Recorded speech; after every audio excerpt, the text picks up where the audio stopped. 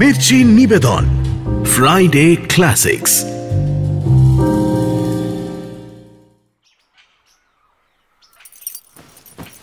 তোমার নিজের বোন হলে এতদিনে এক একজনের জন্য ঠিক ৩-৪টে করে পাত্র জুটিয়ে আনতে। পুরোবালা মনুষ্য চরিত্রের সবটাই তুমি জানো দেখছি।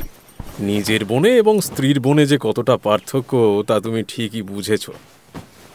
আসলে কি জানো গিন্নি, শ্বশুরের কোনো মেয়েকেই ঠিক পরের হাতে তুলে দিতে মন চায় না। অতটা উদার মন যে আমার নয়। দেখো, তোমার সঙ্গে আমার একটা রফা করতেই হচ্ছে। একটা চিরস্থায়ী বন্দোবস্ত? সে তো মন্ত্র পড়ে বিয়ের দিনই হয়ে গেছে, আবার আর একটা? হ্যাঁ, তবে এটা তত ভয়ানক নয়, শুনলেই বুঝবে। আচ্ছা, তবে বলো শুনি। শোনো, সারা দিনের মধ্যে একটা সময় তুমি ঠিক করো যখন তোমার সঙ্গে দু একটা কাজের কথা আমি বলতে পারবো। গরিবের ছেলে তো, তাই স্ত্রীকে কথা বলতে দিতে ভরসা পাই না গো। পাছে খপ করে বাজু বন্ধ চেয়ে বসো। আবার ঠাট্টা? যাও, কথাই বলবো না আর। আরে আরে রাগ করো না, রাগ করো না। আচ্ছা আচ্ছা, যা বলবে তাই শুনবো। খাতায় নাম লিখিয়ে তোমার ঠাট্টা নিবারণী সবার সভ্য হব, কথা দিলাম। তোমার সামনে কোনো রকমের বেয়াদবি করব না। তা কি কথা হচ্ছিল জানো? হ্যাঁ হ্যাঁ হ্যাঁ, শালিদের বিয়ে, তাই তো? দেখো, এখন বাবা নেই, মা তোমারই মুখ চেয়ে আছেন। তোমারই কথা শুনে বেশি বয়স পর্যন্ত মেয়েদের লেখাপড়া শেখাচ্ছেন। এখন যদি সৎপাত্র না জুটিয়ে দিতে পারো তাহলে... আমি তো তোমাকে বলেইছি, তোমরা কোনো চিন্তা করো না। আমার শালিপতিরা সব গোকুলে বাড়ছেন। তা সেই গোকুলটি কোথায় শুনি? কেন? যেখান থেকে এই হতভাগ্যকে তুমি পেয়েছো সেখানেই, আমাদের সেই চিরকুমার সভা। তাদের সঙ্গে তোমার শালিদের বিয়ে দেবে? কি বলছো গো তুমি? তারা তো চিরকুমার থাকবে। শোনো, ও আশা তাদের পূর্ণ হবে না। প্রজাপতি নিজেও ওই সভাটার দিকেই চেয়ে বসে আছেন। মানে? মানে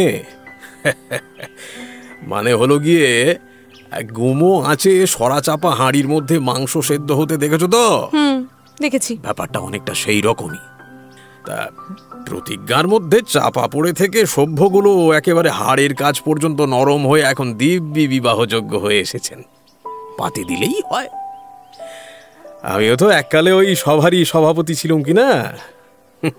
ও বাবা গো, আবার ঠাট্টা শুরু করলে? উফ, তোমায় নিয়ে না আমি আর পারি না।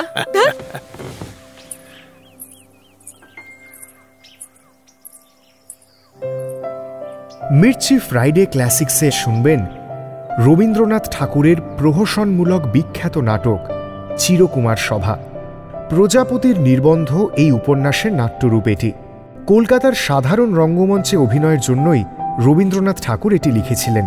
১৯০০ সালের এপ্রিল মাস, মানে ১৩০৭ বঙ্গাব্দের গোড়া থেকেই টানা কয়েক মাস ধরে ভারতী পত্রিকায় এটি প্রকাশিত হয়। কলকাতার মঞ্চে প্রথমবার এই নাটকের অভিনয় দেখে খুব খুশি হয়েছিলেন কবি। পরবর্তীকালে এই নাটক থেকে দুবার সিনেমাও হয়েছে। প্রযোজনায় প্যাস্টেল এন্টারটেইনমেন্ট। শুরু হচ্ছে রবীন্দ্রনাথ ঠাকুর রচিত চিরকুমার সভা।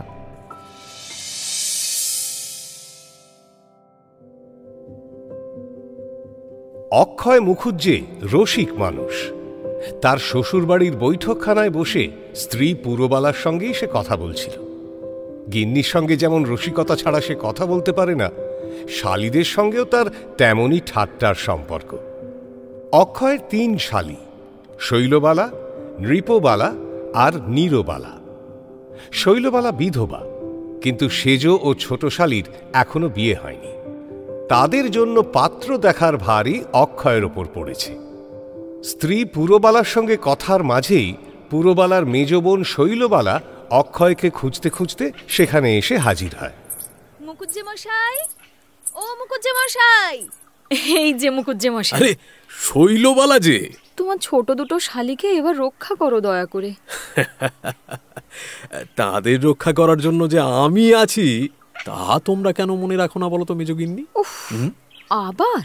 আচ্ছা আচ্ছা, ব্যাপারটা কি সেটা বলবে তো। আরে মার কাছে তাড়া খেয়ে রসিক দাদা কোথা থেকে একজোড়া কুলিনের ছেলে এনে হাজির করেছেন। মা ঠিক করেছেন তাদের সঙ্গেই তার 2 মেয়ের বিয়ে দেবেন। এই রে, একেবারে বিয়ের এপিডেমিক দেখছি, প্লেগের মতো। এক বাড়িতে একসঙ্গে দুই কন্যাকে আক্রমণ। ভয় হচ্ছে পাছে পাছে আমাকেও যদি ধরে। আহ, থামো তো। তোরা আগে থাকতে এত ভাবিস কেন রে শৈল? আগে তো পাত্র দেখা যাক।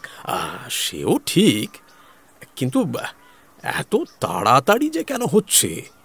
আরে বাবা, বৈশাখ মাসের পর যে আর বিয়ের দিন নেই, তাই। বাবা অক্ষয়, অক্ষয়, ওই যে মা আসছে। হ্যাঁ মা, বলুন।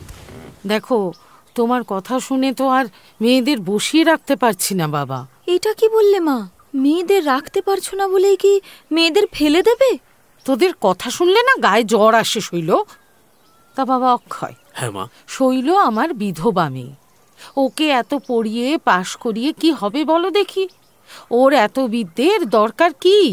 মা মা মা শুনুন শুনুন, শাস্ত্রে লিখেছে বুঝলেন, মেয়ে মানুষের একটা না একটা কিছু নিয়ে থাকা চাই, হয় স্বামী, নয় বিদ্যে, নয় হিস্টিরিয়া। কি? হ্যাঁ, দেখুন না, লক্ষ্মীর বিষ্ণু আছে বলে তার আর বিদ্যের দরকার হয়নি, তাই না? হ্যাঁ, তিনি স্বামী এবং পেঁচাকে নিয়েই বেশ আছেন। আর সরস্বতীর স্বামী নেই, কাজেই তাকে বিদ্যে নিয়েই থাকতে হয়। তা তুমি যাই বলো বাবা, আসছে বৈশাখে মেয়েদের আমি বিয়ে দেবই। হ্যাঁ মা, আমারও সেই মত। মেয়ে মানুষের সকাল সকাল বিয়ে হওয়াই ভালো। তা তো বটেই, বিশেষত যখন একাধিক স্বামী শাস্ত্রে নিষেধ, তখন সকাল সকাল বিয়ে করে সময়ে পুষিয়ে নেওয়া চাই বই কি। কি বকছ কি? মা শুনতে পাবে। হ্যাঁ, কিছু বললে? না মা, কি আর বলবে। না, তা চল মা পুরবালা, রসিক কাকা আজ নৃপ আর নীরার পাত্র দেখাতে আসবেন, তাদের জল খাবার করে রাখি গে। হ্যাঁ মা, চলো। বড় মেয়ে পুরবালাকে নিয়ে জগত্তারিণী ভেতরে চলে গেলেন। অক্ষয়কে একা পেয়ে এবার তাকে নিয়ে পড়ল শৈলবালা। অক্ষয়কে সে ধরে বসল যে তার বোনেদের জন্য চিরকুমার সভা থেকে পাত্র আনতে হবে। বিয়ের আগে অক্ষয় নিজেও তো ওই চিরকুমার সভারই সভ্য ছিল কিনা? পুরবালার সঙ্গে বিয়ের পরেই সেই সভার সদস্যপদ সে হারিয়েছে। শৈল তাকে বলল, আর দেরি করা যাবে না মুকুজ্জে মশাই, এইবার তোমার সেই চিরকুমার সভার বিপিনবাবু, শ্রীশবাবুকে একটু তাড়া না দিলেই চলছে না। আহা, ছেলে দুটি চমৎকার, আমাদের নেপো আর নীরোর সঙ্গে দিব্যি মানাবে। নৃপবালা আর নীরবালা বলো মেজগিন্নি, নইলে যে সব মাটি হয়ে যাবে। সে তো চৈত্র মাস যেতে না যেতে তুমি এখান থেকে চলে গেলে সব এমনিই মাটি হয়ে যাবে। কেন? তখন মাকে সামলাবে কে শুনি? এবারে মাকে ঠেকিয়ে রাখা কিন্তু খুব শক্ত হবে বলে দিচ্ছি। কিন্তু তাই বলে হঠাৎ অসময়ে তাড়া লাগালে যে সভার সবাই চমকে যাবে একেবারে। ডিমের খোলা ভেঙে ফেললেই তো আর পাখি বেরোয় না, তা দিতে হবে তো, তাতে সময় লাগে। বেশ তো, তা দেবার ভারটা না হয় আমি নেব মুকুজ্জে মশাই। হ্যাঁ, আর একটু খোলসা করে বলো দেখি। আরে ওই তো 10 নম্বরে ওদের সভা বসে, আমি পুরুষ বেশে ওদের সভার সভ্য হব। তারপরে ওদের সভা কদিন টেকে আমিও দেখে নেব। বলো কি? তাহলে তো ওই সভার আর একবার সভ্য হব আমি। একবার তোমার দিদির হাতে নাকাল হয়েছি, এবার তোমার হাতে। তোমাদের এই কটাক্ষ বানগুলো বুকে এসে লাগার সুখটাই আলাদা। আচ্ছি ছি মুকুজ্জে মশাই, তুমি সেকেলে হয়ে যাচ্ছ। ওইসব কটাক্ষ বানগুলোর কি আর এখন চলন আছে? যুদ্ধবিদ্যা এখন অনেক বদলে গেছে। পুরবালার সেজ ও ছোট বোন নৃপবালা ও নীরবালা সেখানে এসে হাজির হল। দুই বোন একেবারেই দুই বিপরীত মেরুর বাসিন্দা। নৃপবালা যতই শান্ত স্নিগ্ধ, নীরবালা ঠিক ততটাই চঞ্চল। কৌতুকে রঙ্গরসিকতায় সে সব সময় উচ্ছ্বসিত। নীরবালা এসেই তার মেজ দিদি শৈলবালাকে দেখে তার গলা জড়িয়ে ধরে বলল, কি হলো রে মেজ দিদি ভাই, আজ কারা আসবে বলতো? মুখুজ্জি মশাই, আজকে তোমার বন্ধুদের নিমন্ত্রণ আছে, জলখাবারের আয়োজন হচ্ছে যে। ওই তো বই পড়ে পড়ে চোখ কানা করলে পৃথিবীর আকর্ষণে উল্কাপাত কি করে ঘটে সে সমস্ত লাখ 2 লাখ ক্রোশের খবর রাখো, আর আজ 18 নম্বর মধুমিস্ত্রির গলিতে কার আকর্ষণে কে এসে পড়ছে সেটা অনুমান করতেও পারলে না তো? বুঝেছি ভাই সেজ দিদি, তোর বর আসছে, তাই সকালবেলা আমার বাঁচক নাচছিল। যা, তোর বাঁচক নাচলে আমার বর আসবে কেন? তা আমার বাঁচকটা না হয় তোর বরের জন্যই নেচে নিল, তাতে কি হয়েছে? কিন্তু জল খাবার তো দুটি লোকের জন্য দেখলাম, তাহলে সেজ দিদি কি স্বয়ংবরা হবে নাকি? আহা, আমাদের ছোট দিদিও বঞ্চিত হবেন না।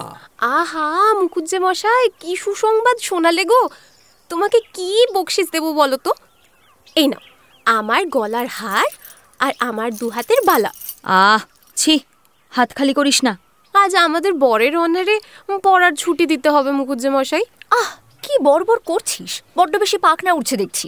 সত্যি বটে, ভগবান তোমাদের সব বোনেদেরই এক একটি অক্ষয় বর দিয়ে রেখেছেন, তবু তোমাদের তৃপ্তি নেই।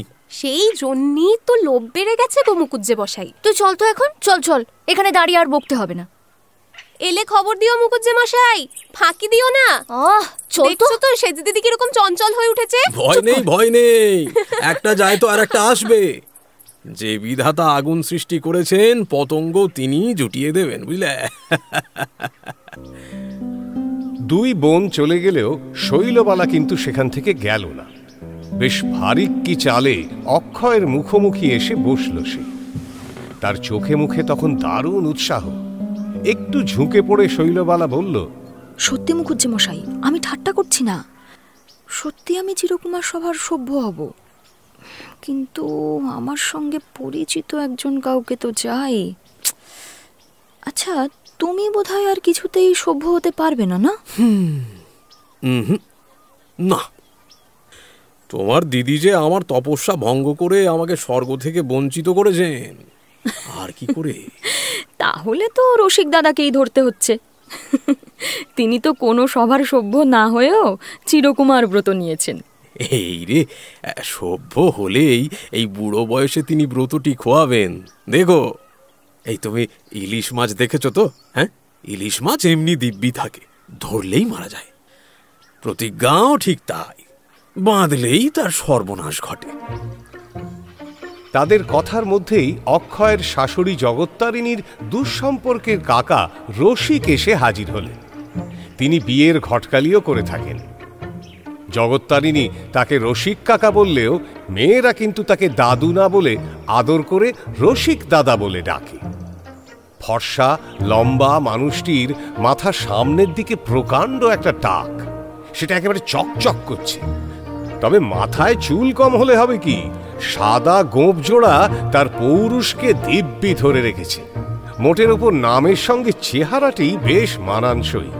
রসিককে দেখেই অক্ষয় বলে উঠল, ওরে পাষণ্ড, তুমি আমার শালিকাদের পুষ্পবনে দাবানল আনতে চাও? আচ্ছা রসিক দাদা, সত্যি করে বলো তো, তোমার এতে কি লাভ? তা কি করি বল, বছর বছর তোর বোনেদের বয়স বাড়ছে, আর তোদের মা তার জন্য আমাকেই দোষ দিচ্ছে। বলে দুবেলা বসে বসে কেবল খাচ্ছ, মেয়েদের জন্য দুটো বর দেখে দিতে পারো না। আচ্ছা শোনো, তোমার সঙ্গে একটা কথা আছে। সে শুনছি, তবে তার আগে বলি, তোর দুই বোনের জন্যে এমন দুটি কুলীন পাত্র জোগাড় করেছি যে তাদের দেখেই মানে মানে বিদেয় করে দেবে তোদের মা। দেখিস, মেয়েদের জন্যে এ বাড়িতে চিরকুমারী সভা বসাবেন। যাই, তিনি ডেকে পাঠিয়েছেন, শুনে আসি গে। মুখুজ্জে মশাই, ও মুখুজ্জে মশাই, ওই কুলিনের ছেলে দুটোকে কিছু একটা করে কিন্তু তাড়াতেই হবে। তা তো হবেই। দিদি, দুটি বাবু এইছেন। আচ্ছা তুই যা, আমি দেখছি। ওরাই বোধহয় এলো। দিদি আর মা এখন ভাড়ারে ব্যস্ত আছেন, তারা আসার আগেই তুমি ওদের কোনো মতে বিদায় করে দিও। বকশিস কি পাবো? বকশিস, আচ্ছা আমরা তোমার সব শালিরা মিলে তোমাকে শালিবাহন রাজা খেতাব দেব। উফ, এখন যা বললাম তাই করো তো, আমি যাই। বেশ। এমন সময় রসিকের সেই দুই কুলীন পাত্র এসে ঘরে ঢুকল। একজন অদ্ভুত রকমের লম্বা রোগা লোক, বুট জুতো পরা, তার পরনের ধুতি প্রায় হাঁটুর কাছে উঠে এসেছে। চোখের নিচে কালি পড়া ম্যালেরিয়ার রোগীর মতো তার চেহারা। বয়স 22 থেকে 32-এর মধ্যে কিছু একটা হবে। আর একজন বেটে খাটো, দাড়ি গোফে, মুখটা প্রায় পুরোটাই ঢাকা, নাকটা চ্যাপটা, কপালটা ঢিবির মতো উঁচু, গায়ের রং যথেষ্ট চাপা, মুখটা গোলগাল। অক্ষয় তাদের দেখেই উঠে দাঁড়িয়ে এগিয়ে গিয়ে সাদরে অভ্যর্থনা জানিয়ে প্রবল বেগে হ্যান্ডশেক শুরু করল। আরে আসুন আসুন মিস্টার ন্যাথানিয়াল, আসুন মিস্টার জেরেমায়া, বসুন বসুন। আগে আমার নাম মৃত্যুঞ্জয় গাঙ্গুলি। আর আমার নাম শ্রী দারুকেশ্বর মুখোপাধ্যায়। ও নামগুলো এখনো ব্যবহার করেন বুঝি? আপনাদের খ্রিস্টান নাম? হ্যাঁ, খ্রিস্টান নাম আমাদের? ও, এখনো বুঝি নামকরণ হয়নি আপনাদের? তাতে বিশেষ কিছু আসে যায় না, ঢের সময় আছে বুঝলেন। হ্যাঁ, ঢের সময় আছে। এই নিন আপাতত তামাক নিন। এই নিন, এই গুড়গুড়ির নলটা নিন। নিন।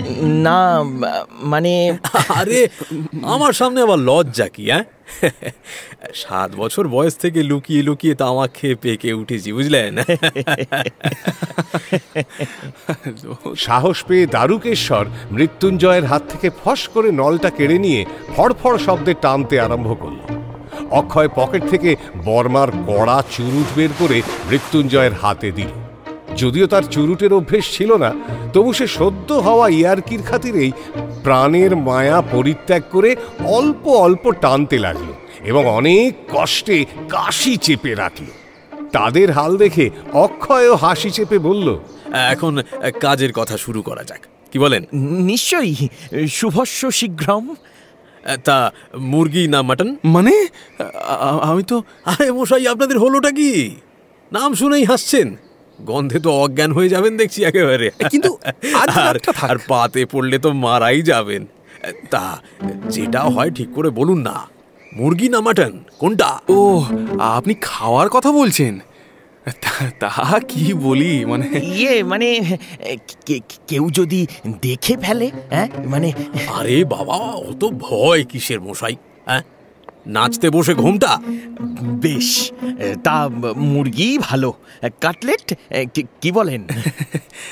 মাটনটাই বা মন্দ কি ভাই, চপ হলে তো ভালোই হয়, কি ঠিক কি না? ভয় কি দাদা, 2 হবে। আরে বাবা, দোমনা করে খেয়ে সুখ হয় না। ওরে, কে আছিস? এই মোড়ের মাথায় যে হোটেল আছে না, সেখান থেকে কালীমদ্দি খানসামাকে ডেকে আন দেখি। আর এই মৃত্যুঞ্জয় বাবু, বিয়ার না শেরি, কোনটা? বাবা, কি যে বলেন! তা হুইস্কির বন্দোবস্ত নেই বুঝি? আরে নেই মানে, তো বেঁচে আছি কি করে? অভয় দাও তো বলি আমার হুইস্কি, একটি ছটাক সোডারে জলে পাকি 3 পোয়া হুইস্কি। আরে আরে, আসল কথাটাই তো জিজ্ঞাসা করা হয়নি এখনো। এইদিকে তো সব ঠিক। এখন আপনারা কি হলে রাজি হন বলুন দেখি? আমাদের বিলেতে পাঠাতে হবে। হ্যাঁ, সে তো হবেই, সে তো হবেই। তার না কাটলে কি শ্যাম্পেনের ছিপি খোলে?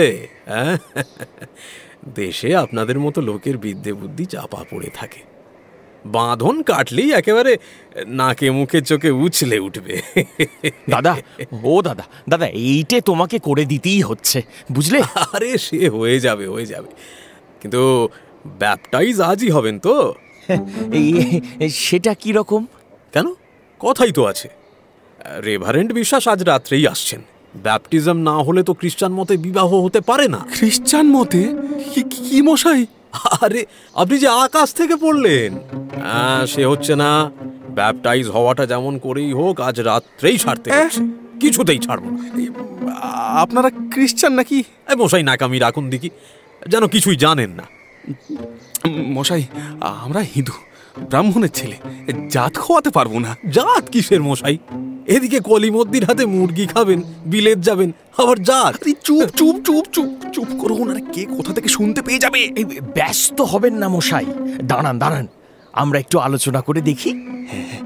তা তুমি কি বলছো বল। দেখ, বিলেত থেকে ফিরে সেই তো একবার প্রায়শ্চিত্ত করতেই হবে। তখন না হয় ডাবল প্রায়শ্চিত্ত করে একেবারে না হয় ধর্মে ওঠা যাবে। হ্যাঁ, কিন্তু এই সুযোগটা ছাড়লে বিলেত যাওয়াটা আর কোনো কালে হবে বলে তো মনে হচ্ছে না। দেখলি তো কোনো শ্বশুরই রাজি হলো না। আর ভাই, খ্রিস্টানের হুঁকোয় তামাকি যখন খেলুম, তখন খ্রিস্টান হতে আর বাকি কি রইল? কে পরামর্শ করা হলো? হ্যাঁ, আচ্ছা, বিলেতে যাওয়াটা তো নিশ্চয়ই পাকা। তাহলে খ্রিস্টান হতে রাজি আছি, কিন্তু আজ রাতটা থাক। কেন থাকবে? কেন হতে হয় তো চটপট ছেড়ে ফেলে পাড়ি দেওয়াটাই তো ভালো। ইতিমধ্যে বাড়ির ভেতর থেকে দুজন ভৃত্য দুটো থালা ভর্তি করে ফল, মিষ্টি, লুচি ও বরফ জল নিয়ে হাজির হলো। সেসব খাবার দেখেই দারুকেশ্বর বলে উঠল, কুই মশাই, এই অভাগার অদৃষ্টে মুরগি ব্যাটা কি উড়িয়ে গেল নাকি? কাটলেট কোথায়? আজকের মতো এইটাই চলুক না। সে কি হয় মশাই, আশা দিয়ে নিরাশ করবেন? শ্বশুর বাড়ি এসে মাটন চপ খেতে পাবো না? আর এই যে বরফ জল মশাই, আমার আবার সর্দির ধাত, সাদা জল সহ্য হয় না। বলছি, নিতান্তই কি এটা চলবে না? না মশাই, না না না না না না, ওসব রোগীর পথ্যি চলবে না। এই মুরগি না খেয়েই তো ভারতবর্ষ গেল। কত কালো রবে বলো ভারত রে, শুধু ডাল ভাত জলপথ্য করে, দেশে অন্ন জলের হলো ঘোর অনটন, ধরো হুইস্কি সোডার মুরগি মটন। দেশে অন্ন জলের হলো ঘোর অনটন, ধরো হুইস্কি সোডার মুরগি মটন।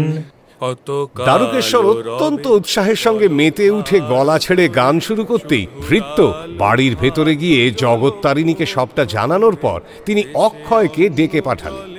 অক্ষয় ভেতরে আসতেই জগত্তারিণী বললেন, এ কি কাণ্ডটা? কি তা কি করব মা, ওরা যদি রাগ করে চলে যায় তাহলে দুটি পাত্রই তো হাতছাড়া হয়ে যাবে একেবারে। বিদায় করো, এক্ষুনি বিদায় করো ওদের। হ্যাঁ বাবা, আমার খাট হয়েছে। রসিক কাকাকে পাত্র দেখতে বলে যে কি ভুল করেছিলাম।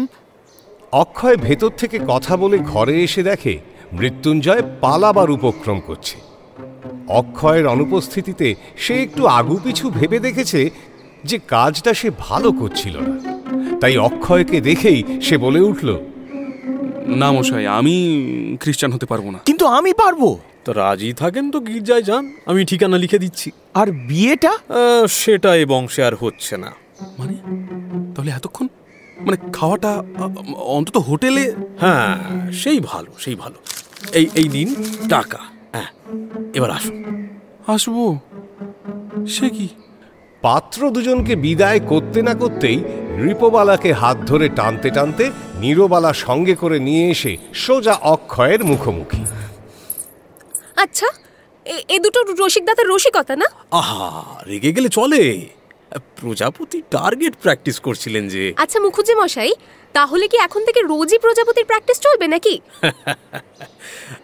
প্রথম প্রথম এমন কয়েকটা হয়ে থাকে। হ্যাঁ, বন্দুকের সবগুলি কি লক্ষ্যে গিয়ে লাগে? সেই রোজই কি আর ফসকাবে? তার আগে আমি এবার রসিক দাদার বিয়ে দিয়ে তবে ছাড়বো, দেখে নিন। নৃপবালা আর নীরবালা বেরিয়ে যেতেই শৈলবালা এসে ঢুকল, আর সঙ্গে তাদের রসিক দাদা। শৈল এসে জানালো, মুখুজ্জে মশাই, রসিক দাদার সঙ্গে পরামর্শটা কিন্তু এবার সেরে ফেলতেই হবে। বেশ, বলো। রসিক দাদা, আমি চিরকুমার সভার সভ্য হব, আর তুমিও সভ্য হবে আমার সঙ্গে। কিন্তু সেখানকার নিয়ম যে আমি কিছুই জানি না। হাসি আমি ঠিক চালিয়ে নেব। আবেদনপত্রের সঙ্গে 10টা টাকাও পাঠিয়ে দিয়েছি। রসিক দাদা, মায়ের সঙ্গে কিন্তু তোমার আর কাশি যাওয়া হবে না বলে দিলাম। ওমা, সে কি? তোমাদের মা একা কি পারবে? সেই জন্য ভাবনা নেই, সেই লোক আমি ঠিক করে দেব। রসিক দাদা, সত্যি তুমি আজ যে কাণ্ডটা করলে। দেখ, বর ঢের পাওয়া গেলেও সবাই যে বিবাহযোগ্য হয় না, তারই একটা উদাহরণ দিলাম আজকে। তা সে উদাহরণ না দিয়ে দু একটা বিবাহযোগ্য বরের উদাহরণ দিলেও তো পারো। দিদি, সে ভার আমি নিয়েছি। তা আমি বুঝেছি বোন। তুমি আর তোমার মুখুজ্জে মশাই মিলে কদিন ধরে যেরকম কুচকুচ ফুসফুস করছো, তাতে আমি বুঝতেই পারছি তোমরা একটা কোনো কাণ্ড বাঁধাতে চলেছ। শোনো দিদি, আমি চিরকুমার সভার সভ্য হব। কি বলিস তার ঠিক নেই। আজকাল মেয়েরাও যে সভ্য হয়ে উঠছে। খুব বুঝেছি। ছদ্মবেশে সভ্য হতে যাচ্ছিস, চুলটা তো কেটেইছিস, পোশাকটুকুই যা বাকি ছিল। শোনো, তোমাদের যা খুশি তাই করো, আমি বাবা এর মধ্যে নেই। একদম, তুমি এ দলে একদম ভিড়ো না, বুঝলে? যার ইচ্ছে সে পুরুষ হোক কে যাক, আমার অদৃষ্টে তুমি চিরদিনই মেয়ে হয়েই থেকো, বুঝলে? নইলে ব্রিচ অফ কন্ট্রাক্ট সে বড় ভয়ানক মোকদ্দমা। দিদি কিন্তু খুব রেগে গেছে এবার। ভয় নেই, ভয় নেই, রাগটা হয়ে গেলেই মনটা পরিষ্কার হয়ে যাবে একেবারে। আচ্ছা মুখুজ্জে মশাই, শোনো, ওই সভ্যদের কিন্তু এবার এই বাড়িতে নিয়ে আসতে হবে। সবাইকে এখানে তুলে আনতে হবে? আরে হ্যাঁ গো। আচ্ছা, তবে তাই হোক। পঙ্গপাল কটাকে না হয় শিখার কাছে তাড়িয়ে নিয়েই আসবো। তাহলে চট করে আমাকে একটা পান সেজে দাও দেখি, হ্যাঁ, তোমার স্বহস্তের রচনা। কেন গো, দিদির হাতের পান কি দোষ করলো? আরে দিদির হাত তো জোগাড় করেইছি, নইলে পানি গ্রহণ কি জন্যে? এখন অন্য পদ্মহস্তগুলোর প্রতি দৃষ্টি দেওয়ার সময় হয়েছে, বুঝলে? ও আচ্ছা, তাই বুঝি। হ্যাঁ। এই শোনো, একটা কথা বলতে এসেছি। চলো গো রসিক দাদা, মুখুজ্জে মশাই এবার দিদিকে সামলান, আমরা যাই। আমি মায়ের সঙ্গে আজ কাশি যাচ্ছি, এই খবরটা শুধু দিতে এলাম। খবরটা মোটেই সুখবর নয় কো। না না, তোমাকে বকশিস দিতে ইচ্ছে করছে না একটুও। ইস, যেন বিরহে বুকটা ফেটে যাচ্ছে। আমি চললুম। তা আমাকে কার হাতে সমর্পণ করে গেলে বলে যাও? রসিক দাদার হাতে। হস্তান্তর করবার আইন কিছুই জানো না দেখছি, সেই জন্যই বিরহের সময় উপযুক্ত হাত নিজেকেই খুঁজে নিয়ে আত্মসমর্পণ করতে হয়। তোমাকে তো বেশি খোঁজাখুঁজি করতেও হবে না, এবার থামো। দুঃখের সময় আমি থাকতে পারি না গিন্নি। কিন্তু কাশিতে যে চলেছ, কারণটা কি? মা একা যাবেন কি করে? সে কি কথা, আর আমি এখানে একা থাকবো কি করে? ও, দুটিতে মিলে এখানে বুঝি? রসিকদার মুখ ভারী হাসি খুশি দেখাচ্ছে। আমার মুখটা তো এমন, কথা নেই বার্তা নেই, হাসি খুশি হয়েই আছে। তাই তো বিবাহিত লোকেরা দেখে মনে মনে রাগ করে। শুনলে তো বিবাহিত লোক, রসিক দাদা কি বলল? আমাদের হাসি খুশি থাকার খবর অবৃদ্ধ কোথা থেকে জানবে? বাবা অক্ষয়, অক্ষয়, ওই তো মা এসে গেছে। এই যে বাবা অক্ষয়, আসি তাহলে। চললেন মা? রসিক দাদা এতক্ষণ দুঃখ করছিলেন যে আপনি। দাদার না সব কথাতেই ঠাট্টা। সে কি, তুমি বলছিলে না যে উনি একলাই কাশি যাচ্ছেন, আমাকে সঙ্গে নিলেন না? না বাপু, বিদেশে তোমার রসিক দাদাকে সামলাবে কে শুনি? ওকে নিয়ে পথ চলতে পারবো না। কেন মা? রসিক দাদাকে নিয়ে গেলে উনি তোমাকে দেখাশোনা করতে পারতেন। রক্ষে করো, আমাকে আর দেখে শুনে কাজ নেই। তোমার রসিক দাদার বুদ্ধির পরিচয় ঢের পেয়েছি। না, এখন আর কথা বলতে পারছি না বাপু। আচ্ছা শোনো, আমি তাহলে হারানের বাড়ি চললুম, একেবারে তাদের সঙ্গে গাড়িতে উঠবো। এরপরে আর যাত্রার সময় নেই। তা পুরো তোরা তো আর দিনক্ষণ মানিস নে, ঠিক সময় স্টেশনে যাস। আপনি এগোন, হ্যাঁ, আমি ওকে ঠিক সময় স্টেশনে নিয়ে যাবো। আচ্ছা বাবা, তোমরা সাবধানে থেকো। হ্যাঁ হ্যাঁ, সাবধানে যাবেন। জগত্তারিণী নিশ্চিন্ত হয়ে বেরিয়ে গেলেন। রসিক দাদা টাকে হাত বুলোতে বুলোতে মুখটা বিষণ্ণ করার চেষ্টা করলেন, যাতে জগত্তারিণীর মনে হয় তাঁকে বিদায় জানানোর জন্য রসিকের মন ভারাক্রান্ত হয়ে উঠেছে। এমন সময় পুরুষ সেজে শৈলবালা প্রবেশ করল, কিন্তু অক্ষয় তাকে চিনতে না পেরে প্রশ্ন করল, এ কি, আপনি কে? উনি কে? আগে আপনার সহধর্মিনীর সঙ্গে আমার বিশেষ সম্বন্ধ আছে। সে কি? মানে কি মুখুজ্জে মশাই, চিনতে পারলেন না তো? উফ, অবাক করলি শৈল, লজ্জা করছে না তোর? দিদি, লজ্জা স্ত্রীলোকের ভূষণ, পুরুষের বেশ ধরতে গেলে সেটাই পরিত্যাগ করতে হয় যে। কিরে শৈল, এই বেশে তুই কুমার সভার সভ্য হতে চলেছিস? তুই এভাবে ওদের সঙ্গে খেলা করবি শৈল? আমি হলফ করে বলতে পারি, এই খেলায় শৈলর জিত হবেই হবে। কুমারদের ধাতু আমি জানি কি না। এমন সময় নৃপবালা ও নীরবালা সে ঘরে প্রবেশ করল। পুরুষ বেশি শৈলকে তারা প্রথমে চিনতে পারল না, কিন্তু মনের মধ্যে একটা খটকা লাগতেই নীরবালা আর একবার ভালো করে দেখে চিনতে পেরেই বলে উঠল, মেজ দিদি, মেজ দিদি, মেজ দিদি, তোমাকে না ভাই জড়িয়ে ধরতে ইচ্ছে করছে। মনে হচ্ছে তুমি যেন কোনো রূপকথার রাজপুত্তর তেপান্তরের মাঠ পেরিয়ে আমাদের উদ্ধার করতে এসেছো। কি রে সেজ দিদি, আয় না এদিকে। মানে আরে ও আমাদের মেজ দিদি। ও বাবা, তোরা কেবল চাপ কানটা দেখেই মুগ্ধ? গিলটির এত আদর? হ্যাঁ, এইদিকে যে খাঁটি সোনা দাঁড়িয়ে হাহাকার করছে। না বাবা, খাঁটি সোনার আজকাল বড্ড বেশি দাম। আমাদের এই গিলটিই ভালো। কি বল ভাই মেজ দিদি? দেখি দেখি দেখি, গোঁফটা আর একটু পাকিয়ে দিলেই। কি করছিস?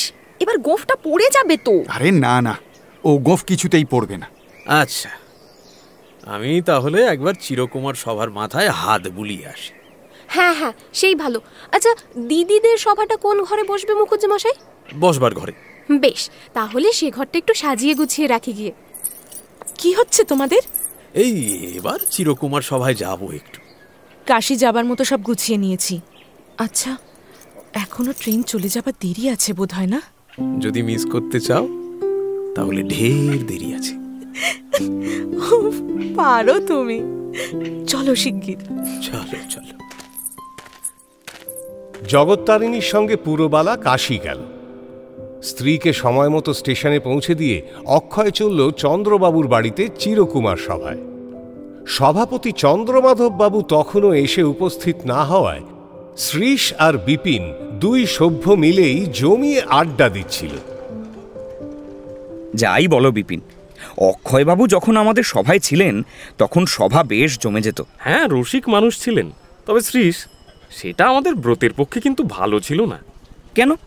আমার তো মনে হয় ব্রত কঠিন বলেই রসের দরকার বেশি। রুক্ষ মাটিতে ফসল ফলাতে গেলে কি জলসেচের প্রয়োজন হয় না? হ্যাঁ, যাই বলো শ্রীশ, হঠাৎ কুমার সভা ছেড়ে দিয়ে বিয়ে করে অক্ষয়বাবু আমাদের সভাটাকে যেন আলগা করে দিয়ে গেছেন। ভিতরে ভিতরে আমাদের সকলের প্রতিজ্ঞার জোর যেন একটু কমেই গেছে। আমার প্রতিজ্ঞার জোর কিন্তু আরও বেড়েছে বিপিন। যে ব্রত সকলে অনায়াসেই পালন করতে পারে তাতে বাহাদুরি কি? এই একটা সুখবর দিই শোনো, পূর্ণ কাল কুমার সভার সভ্য হয়েছে। সেটা জানো কি? পূর্ণ? বলো কি? তাহলে তো শিলা জলে ভাসলো বলতেই হবে। শিলা আপনি ভাসে না হে, তাকে আর কিছুতে অকুলে ভাসিয়েছে। সে আবার কি? এখানে কি এমন আকর্ষণ আছে? পর্দার আড়ালে আছে।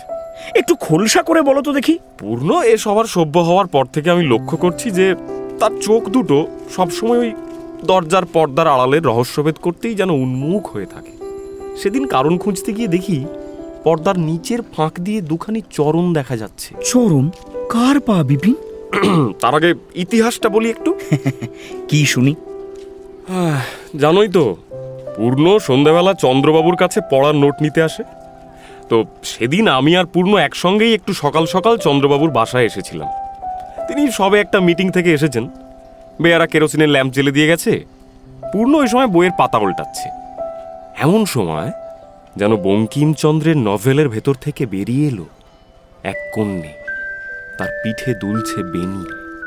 বলো কি বিপিন? তবে আর কি বলছি, এক হাতে থালায় চন্দ্রবাবুর জন্য জল খাবার, আর এক হাতে জলের গ্লাস নিয়ে হঠাৎ ঘরের মধ্যে এসে উপস্থিত। তাড়াতাড়ি টেবিলের উপর খাবার রেখে ছুট। পূর্ণর মুখ দেখেই বোঝা গেল তার মনটা সেই দোদুল্যমান বেনির পিছন পিছন ছুটছে। মেয়েটি ব্রাহ্ম, বুঝলে শ্রীশ। তবে হিন্দুর ৩৩ কোটি দেবতাকে বিসর্জন দিলেও লজ্জা বিসর্জন দেয়নি। বলো কি বিপিন? দেখতে ভালো বুঝি? দিব্যি দেখতে। আমি একদিনও দেখতে পেলাম না গো। তা মেয়েটি কে হে? চন্দ্রবাবুর ভাগ্নি নির্মলা। ভাগ্নি? ভাগ্নে জামাই নেই তো? না, এখনো জামাই হয়নি, কিন্তু যার হবার সম্ভাবনা আছে সে ছেলে ইতিমধ্যেই সবার সদস্য হয়ে ঢুকে পড়েছে। আরে এই ঘটনার ঠিক পরেই তো পূর্ণ হঠাৎ আমাদের কুমার সভায় নাম লিখিয়েছে। ওদের কথার মাঝেই সভাপতি চন্দ্রমাধব বাবু এসে হাজির হলেন। এমন সময় পাশের ঘরে আধখোলা দরজার আড়ালে দাঁড়িয়ে থাকা এক মহিলার আঁচলে বাঁধা চাবির গোছায় দু একটা চাবি একটু ঠুন করে শব্দ করে উঠল। শ্রীশ ঠিক সেই সময় উল্টো দিকের দরজায় তাকাতেই দেখল পূর্ণ এসে দরজায় দাঁড়িয়েছে। চন্দ্রবাবু সেদিকে তাকিয়ে বললেন, ও পূর্ণ, এসো এসো। হ্যাঁ, আমি যা বলছিলাম, আমাদের প্রতিজ্ঞা কঠিন বলেই সকলের জন্য এটা নয়। তবে সকলেই যদি এই প্রতিজ্ঞা করে বসে তাহলে তো 50 বছর পরে দেশে কারোর জন্য কাজ করার মতো কেউ থাকবে না। তা এই বিষয়ে আপনাদের কি মনে হয় বলুন। না, জগৎ সংসারের সব লোককে কুমার থাকার প্রতি দীক্ষিত করার সত্যি কোনো দরকার নেই। আমরা এই পরীক্ষায় শেষ পর্যন্ত টিকতে পারবো কিনা তা কে জানে। কেবল যদি শেষ পর্যন্ত আমাদের সভাপতি মশাই একাও থাকেন, তবে তাঁর তপস্যার প্রভাবে এই সভা পবিত্র হয়ে থাকবে। তাঁর এই তপস্যার ফল দেশের পক্ষে কখনোই ব্যর্থ হবে না। দরজার ওপারে নির্মলা দাঁড়িয়ে সব কথা শুনছিল। চন্দ্রমাধব বাবুর তপস্যার কথায় নির্মলার চোখ ছলছল করে এলো এবং তার চাবির গোছা শব্দ যেন কান খাড়া করে থাকা পূর্ণকেই গর্বিত সমর্থন জানালো। এবার বিপিন বলল, আমরা এ সভার যোগ্য কি অযোগ্য সময় তার পরিচয় দেবে, কিন্তু আমার প্রশ্ন একটাই, যে আমাদের এই মুহূর্তে কি করতে হবে। এই প্রশ্নের জন্যই আমরা এতদিন ধরে অপেক্ষা করেছিলাম। কি করতে হবে? আচ্ছা দেখি, আপনারা সবাই বলুন তো কি করতে হবে। আমি বলি, আমাদের সকলকে সন্ন্যাসী হয়ে ভারতবর্ষের দেশে দেশে গ্রামে গ্রামে দেশহিতব্রত নিয়ে বেড়াতে হবে। যা কালই শুরু করা যেতে পারে এমন একটা কিছু কাজ বল। আচ্ছা, আমি প্রস্তাব করছি আমরা প্রত্যেকে 2টি করে বিদেশি ছাত্রর পড়াশুনো এবং শরীর মনের চর্চার সমস্ত ভার নেব।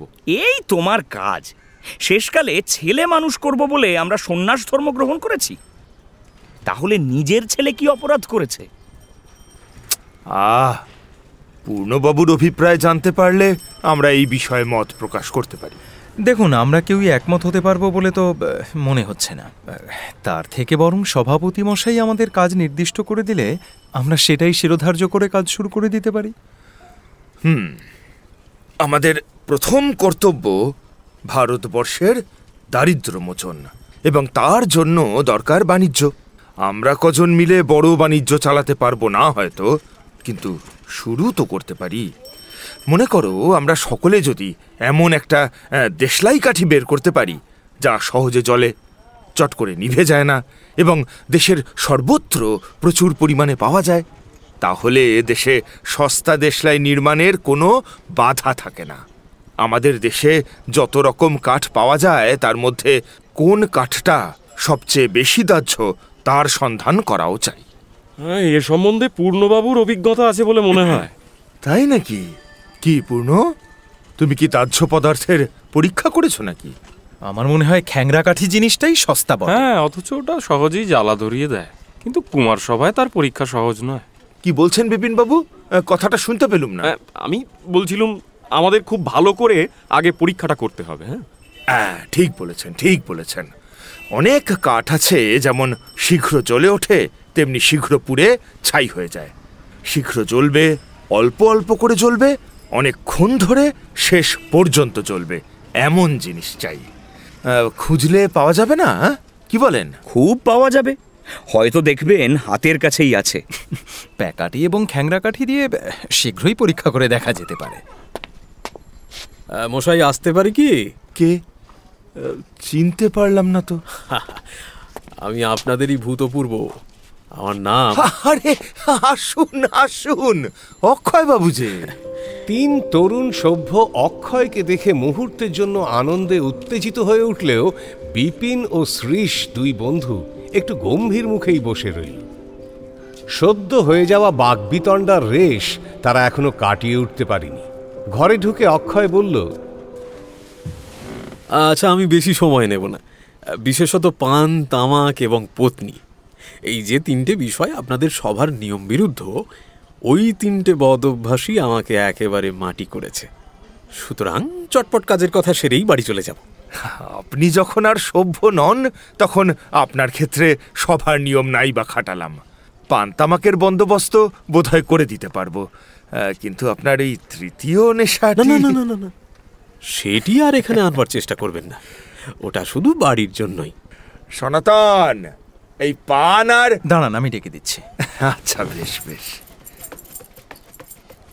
চন্দ্রমাধববাবু পান তামাকের জন্য সনাতন চাকরকে ডাকতে যাচ্ছিলেন। এমন সময় পূর্ণ তাকে বসতে বলে ভেতরে চলে গেল ব্যবস্থা করতে। তার ভেতরে যাওয়ার সঙ্গে সঙ্গেই পাশের ঘরে চাবি আর চুড়ির শব্দের সঙ্গে দ্রুত নরম পায়ে পালিয়ে যাওয়ার শব্দ একসঙ্গে শোনা গেল। অক্ষয় বলল, হ্যাঁ, তা আমি যেটা বলতে এসেছি, মফস্বলে থাকা আমার এক ধনী বন্ধু তার একটি সন্তানকে আপনাদের কুমার সভার সভ্য করতে চাইছেন। বাপ তার ছেলের বিবাহ দিতে চান না? সে নিজেও চায় না, সঙ্গে তার দূর সম্পর্কের এক দাদাও সভ্য হবেন। তার সম্বন্ধেও আপনারা নিশ্চিত থাকতে পারেন, কারণ তার বয়স 60 পেরিয়ে গেছে। ও, সভ্য পদপ্রার্থীদের নাম ধাম বিবরণ সবই পাবেন, কিন্তু আপনাদের এই একতলার স্যাঁতস্যাঁতে ঘরটি স্বাস্থ্যের পক্ষে মোটেই ভালো নয়। অক্ষয় বাবু, আপনি জানেন তো আমাদের আয়... দেখুন, ভালো ঘরের একটা ব্যবস্থা আমি করতে পারি। হ্যাঁ, চলুন না, আজই একবার দেখে আসবেন। বিমর্ষ বিপিন এবং শ্রীশের মুখ উজ্জ্বল হয়ে উঠল।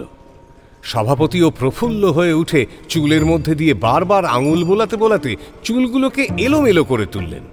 কেবল পূর্ণ অত্যন্ত দমে গিয়ে বিমর্ষ মুখে বলল, সভা অন্য জায়গায় নিয়ে যাওয়াটা কি ঠিক হবে? কেন?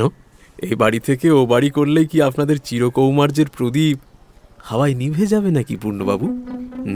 না, মানে এই ঘরটাও তো খারাপ নয়। খারাপ নয় পূর্ণবাবু, কিন্তু এর চেয়ে ভালো ঘরও শহরে পেতে পারেন। কিন্তু আমার তো মনে হয় বিলাসিতার দিকে মন না দিয়ে খানিকটা কষ্ট সহ্য করাই ভালো। সেটা সভার অধিবেশনে না করে সভার বাইরে করা যাবে। হ্যাঁ শ্রীশ, ঠিক বলেছ। একটা কাজ শুরু করলেই তখন পদে পদে অনেক কষ্ট সহ্য করতে হবে। আমার কথা শোনো, আলো বাতাস এগুলো স্ত্রী জাতীয় নয়। সভার মধ্যে ও দুটোকে প্রবেশ করতে বাধা দিও না, বুঝলে? বাতিকের চর্চা করছো করো, বাতের চর্চা তোমাদের প্রতিজ্ঞার মধ্যে পড়ে না বলেই তো জানি। কি বলো শ্রীশবাবু? বিপিন বাবুর কি মত? ঠিক কথা, ঘরটা একবার দেখেই আসা যাক না? হ্যাঁ হ্যাঁ, ঘরটা অন্তত একবার তো দেখে আসা যাক। পূর্ণ বিমর্ষ হয়ে বসে রইল, কিছুই বলল না। পাশের ঘরেও চাবি একবার ঠুন করে বাজল বটে, তবে তাতে আগের মতো কোনো উচ্ছ্বাস প্রকাশ পেল না। তাতে একটা অত্যন্ত অপ্রসন্ন সুরই প্রকাশ পেল যেন। অক্ষয় চিরকুমার সভার নতুন ঘর দেখাতে সবাইকে নিয়ে চলল। বেশ, চন্দ্রবাবু আসুন, দেখিয়ে আনি। হ্যাঁ হ্যাঁ, চলুন চলুন। দেখো পূর্ণবাবু, চিরকুমার সভায় কিন্তু আমাদের পর্দা জিনিসটা বাদ দিতে হবে। ওটার আড়ালেই তো শত্রু লুকিয়ে থাকে। মানে এই কথাটার মানে কি হলো? মানে আসলে পর্দার মতো চঞ্চল জিনিস কুমার সভার যোগ্য নয়। হ্যাঁ, একটু হাওয়াতেই কেমন ওড়ে দেখো না। আসলে চিরকুমারদের সব থেকে বড় শত্রু তো ওই পর্দার আড়ালেই থাকে। আমাদের ব্রত হচ্ছে ওই পর্দাটাকেই ছিঁড়ে ফেলা। পর্দার ছায়ায় ছায়ায় যে সোনার হরিণ ঘুরে বেড়ায়, আলো ফেললেই মরিচিকার মতো সে মিলিয়ে যাবে। শ্রীশবাবু, মরিচিকা হয়তো মেলাতে পারে, কিন্তু তৃষ্ণা তো আর মেলায় না। ওটা তো থাকাই চাই। তৃষ্ণা না থাকলে আমাদের ছোটাবে কিসে? কেবল জানা দরকার কোন পথে ছুটলে ফল পাওয়া যাবে।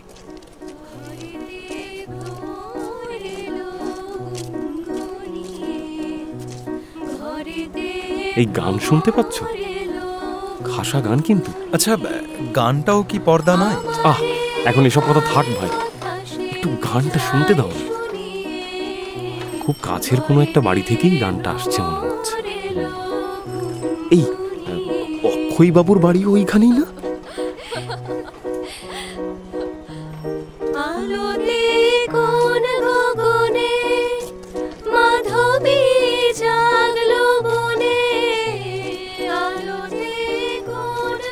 সেদিন অক্ষয়বাবুর সঙ্গে সামনে থেকে বাড়ি দেখেই সবাই ফিরে গিয়েছিল, কেউ আর ভেতরে যায়নি। মাত্র কয়েকটা দিন কেটে যাওয়ার পর একদিন শ্রীশের বাড়িতে বিপিন এলো আড্ডা দিতে। কিছুক্ষণের মধ্যেই পূর্ণ এসে হাজির হলো। কি ব্যাপার, দুজনেই এখানে? আরে পূর্ণ, এসো এসো, বসো। আচ্ছা, সন্ন্যাস ধর্ম সম্বন্ধে তোমার কি মত? সন্ন্যাস ধর্ম? যে ধর্মে দর্জি, ধোপা, নাপিতের কোনো সাহায্য নিতে হয় না। আরে না না, সে সন্ন্যাস ধর্ম নয়। আমরা এখন নবীন সন্ন্যাসী বলে একটা দল গড়ে তুলব। মানে? আমাদের চিরকুমার সভা থেকে এই নবীন সন্ন্যাসীর যে দল তৈরি হবে, তারা রুচি, শিক্ষা ও কর্মে দেশের সব সংসারী লোকের আদর্শ হয়ে উঠবে। তারা লাঠি, তলোয়ার খেলা, ঘোড়ায় চড়া, বন্দুক চালাতেও পারদর্শী হবে। ও, তার মানে ওই পুরুষ দেবী চৌধুরানীর দল আর কি। তা আমাদের সভাপতি মশাই কি বলছেন? তিনি দেশের লোককে বিভিন্ন শিক্ষায় শিক্ষিত করার জন্য খুব মেতে উঠেছেন। তা বিপিনবাবুর কি মত? দেখুন, দল যদি গড়ে ওঠে তো আমিও সন্ন্যাসী সাজতে রাজি আছি। শুধু ওই যে মেয়েদের দূরে রাখতে হবে। কেন? মেয়েরা কি মানুষের মধ্যে পড়ে না শ্রীশবাবু? তাদের যে একটাই দোষ, তারা বড় লতার মতো পুরুষদের পায়ে পায়ে জড়িয়ে থাকে। জীবনে তাদের গ্রহণ করলে নিজেদের যে বন্ধক দিতে হবে ভাই। বুঝলাম।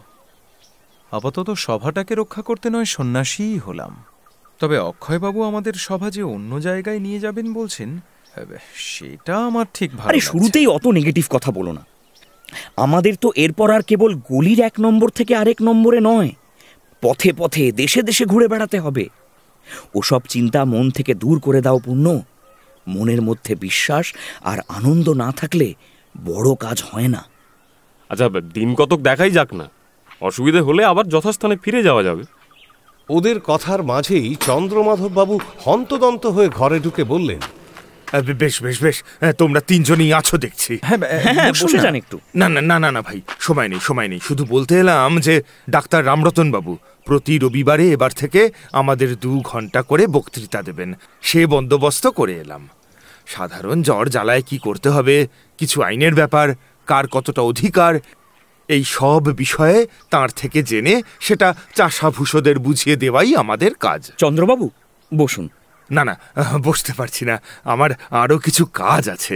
এই যেমন গরুর গাড়ি, ঢেঁকি, তাঁত, এসব রোজের দরকারি জিনিসগুলো যাতে সস্তায় লোকজন পেতে পারে তার ব্যবস্থাও তো করতে হবে।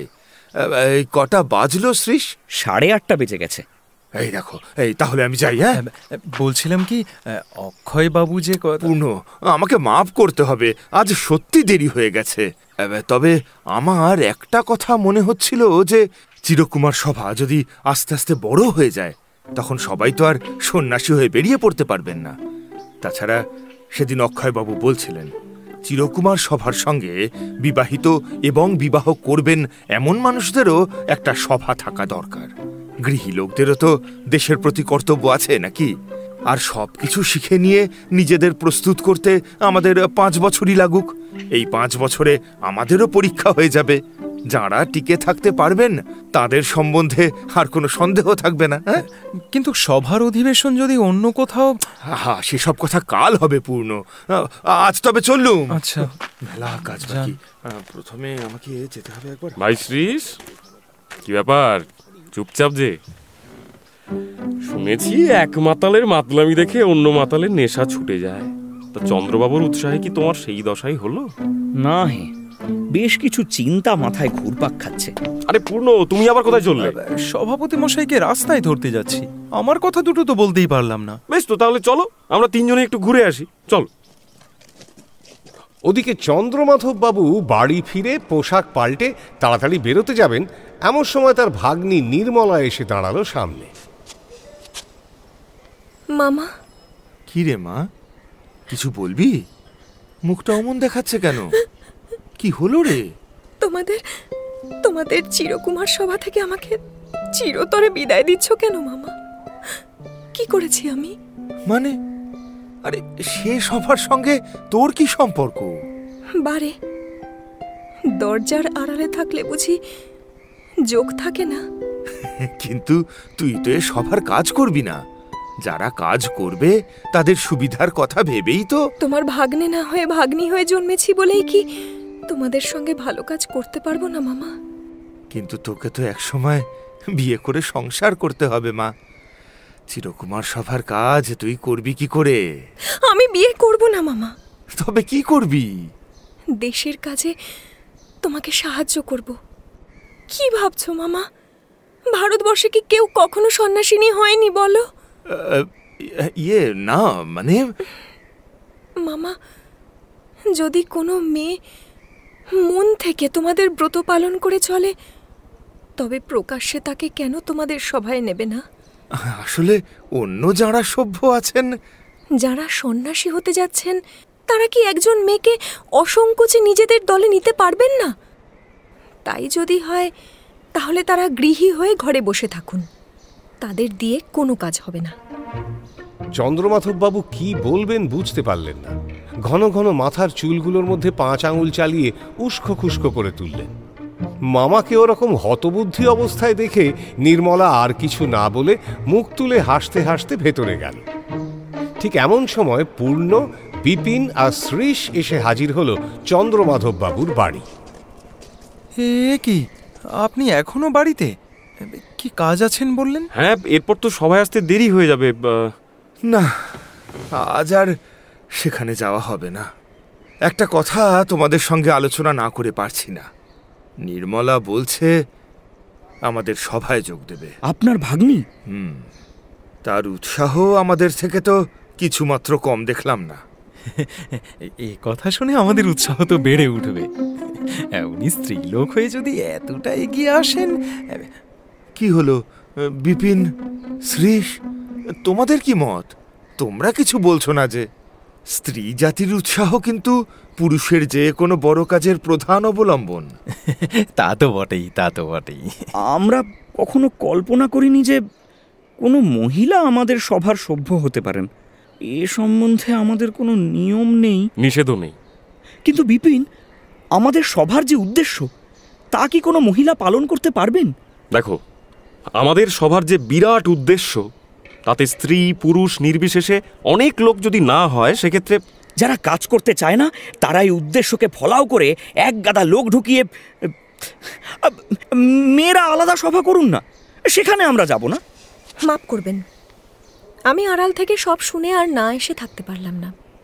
আপনাদের কি উদ্দেশ্য এবং আপনারা দেশের কাজে কত দূর যেতে পারবেন বা যেতে প্রস্তুত আছেন, তা আমি কিছুই জানি না।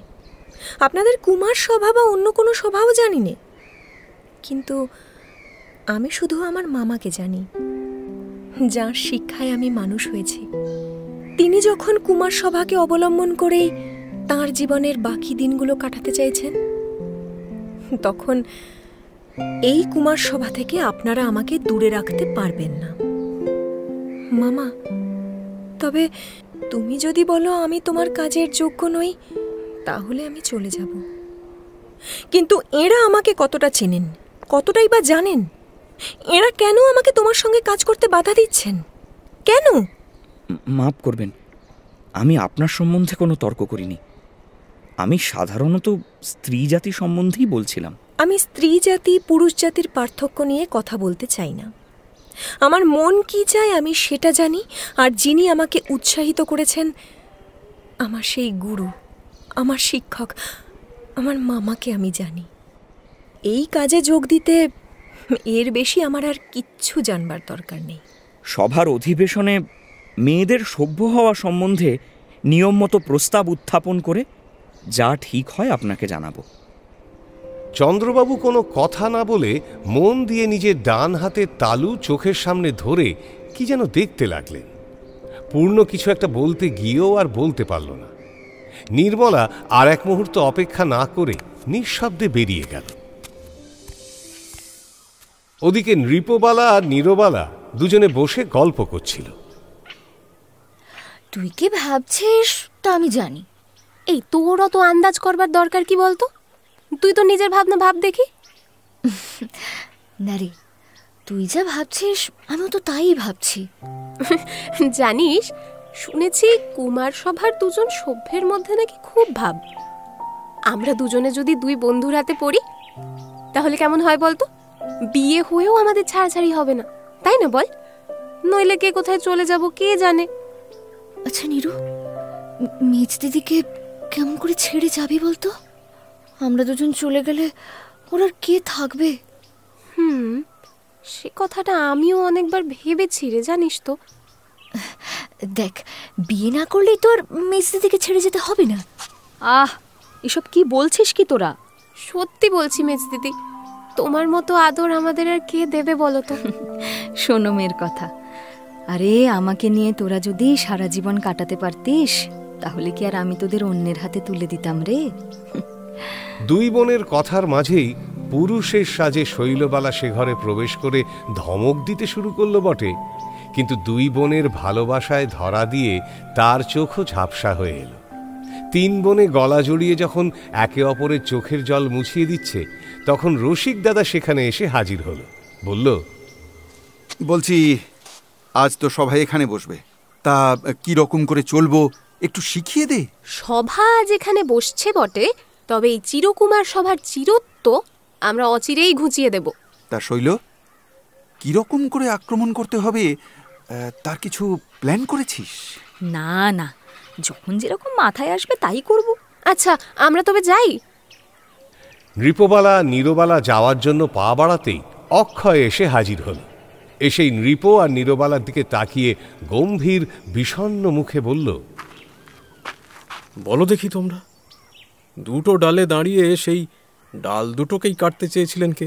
আমি জানি মুখুজ্জে মশাই, কালিদাস।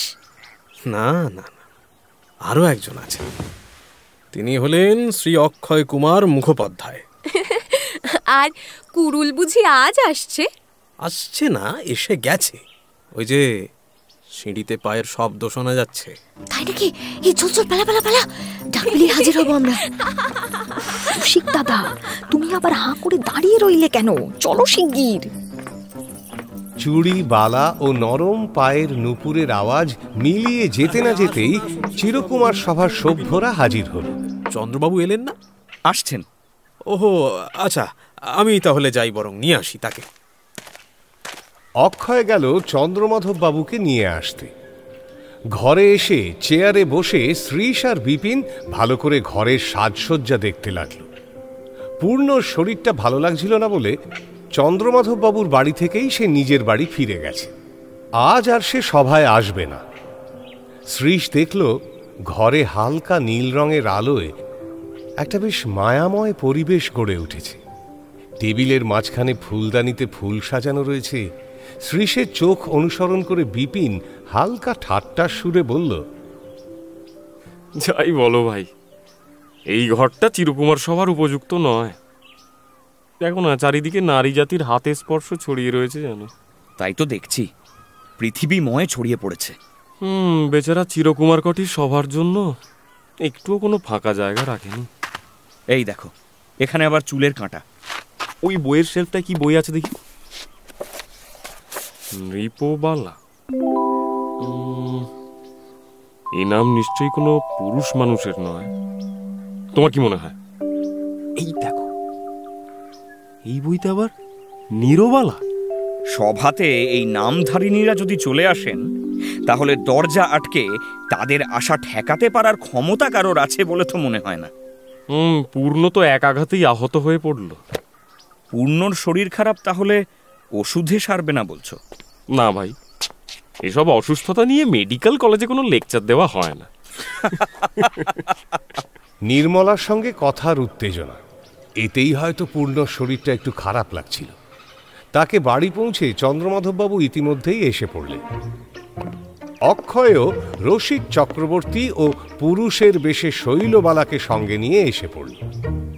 শৈলর পেছনে দুজন ভৃত্য কয়েকটা খাবারের থালা হাতে করে ঘরে এলো। শৈল ছোট ছোট রূপোর থালাগুলোকে সাদা পাথরের টেবিলের ওপর সাজাতে লাগলো। বিপিন ও শ্রীশ তার দিকে চেয়ে রইল। মাফ করবে না, একটু দেরি হয়ে গেল। এই দুই নতুন সভ্যকে আপনাদের হাতে তুলে দিয়েই আমি বিদায় নিচ্ছি। হ্যাঁ, ইনি হলেন রসিক চক্রবর্তী। আসলে বাবা আমার রসবোধ সম্বন্ধে পরিচয় পাবার আগেই রসিক নামটা রেখেছিলেন। পিতৃসত্য পালনের জন্য আমাকে রসিকতা করার চেষ্টা করতেই হয়। হ্যাঁ, ইনি হচ্ছেন অবলাকান্ত চট্টোপাধ্যায়। অবলাকান্ত? আপনারা চাইলে নাম বদলে দেওয়া যেতেই পারে। বলেন কি মশাই, নাম তো আর গায়ের জামা নয় যে বদল করলেই হলো। না না না না, তার দরকার হবে না। কিন্তু অবলাকান্ত বাবু, আপনি কেন এত আয়োজন করেছেন? আমাদের সভার কাজের মধ্যে কিন্তু মিষ্টি ছিল না। আচ্ছা, খাওয়াটাও কি আপনাদের নিয়ম বিরুদ্ধ? হ্যাঁ, এই মিষ্টির ব্যাপারে এখন একটাই নিয়ম, বসে এগুলো খেয়ে শেষ করা। তোমার হলো কি বিপিন? সবার কাজে যদি কিছু ব্যাঘাত করে থাকি তো মাফ করবেন চন্দ্রবাবু, কিছু অন্তত মুখে দিন। না মানে সব সামাজিকতায় সবার কাজে। কি অবলাকান্ত বাবু, আপনি নিলেন না? আমাকে কেবলমাত্র পরিবেশন করতেই দিন, খাওয়ার চেয়ে এতেই আমি ঢের বেশি খুশি হই। জলের গ্লাস খুঁজছেন নাকি চন্দ্রমাধব বাবু? এই যে নিন। তা শ্রীশবাবু, ওই স্ত্রী সভ্য নেওয়া সম্বন্ধে কিছু ভাবলেন? ওতে আপত্তির বিশেষ কারণ নেই, কেবল সমাজের আপত্তির কথাটা ভাবছি। দেখো, একটা বাচ্চার সমস্ত আপত্তি মেনে চললে বাচ্চাটার ভালো কিছুই হয় না। এক্ষেত্রে সমাজ সম্বন্ধেও এই কথাটাই খাটে। রসিকবাবু কি বলেন? দেখুন, স্ত্রী জাতি হয় যোগ দেন, নয়তো বাধা দেন, হয় সৃষ্টি নয়তো প্রলয়। অতএব ওদের দলে টেনে অন্য সুবিধা না হলেও অন্তত বাধাটুকু এড়ানো যায়।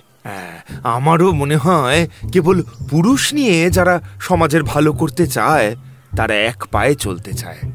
সমস্ত মহৎ চেষ্টা থেকে মেয়েদেরকে দূরে রেখেছি বলেই আমাদের দেশের কাজে প্রাণ সঞ্চার হচ্ছে না।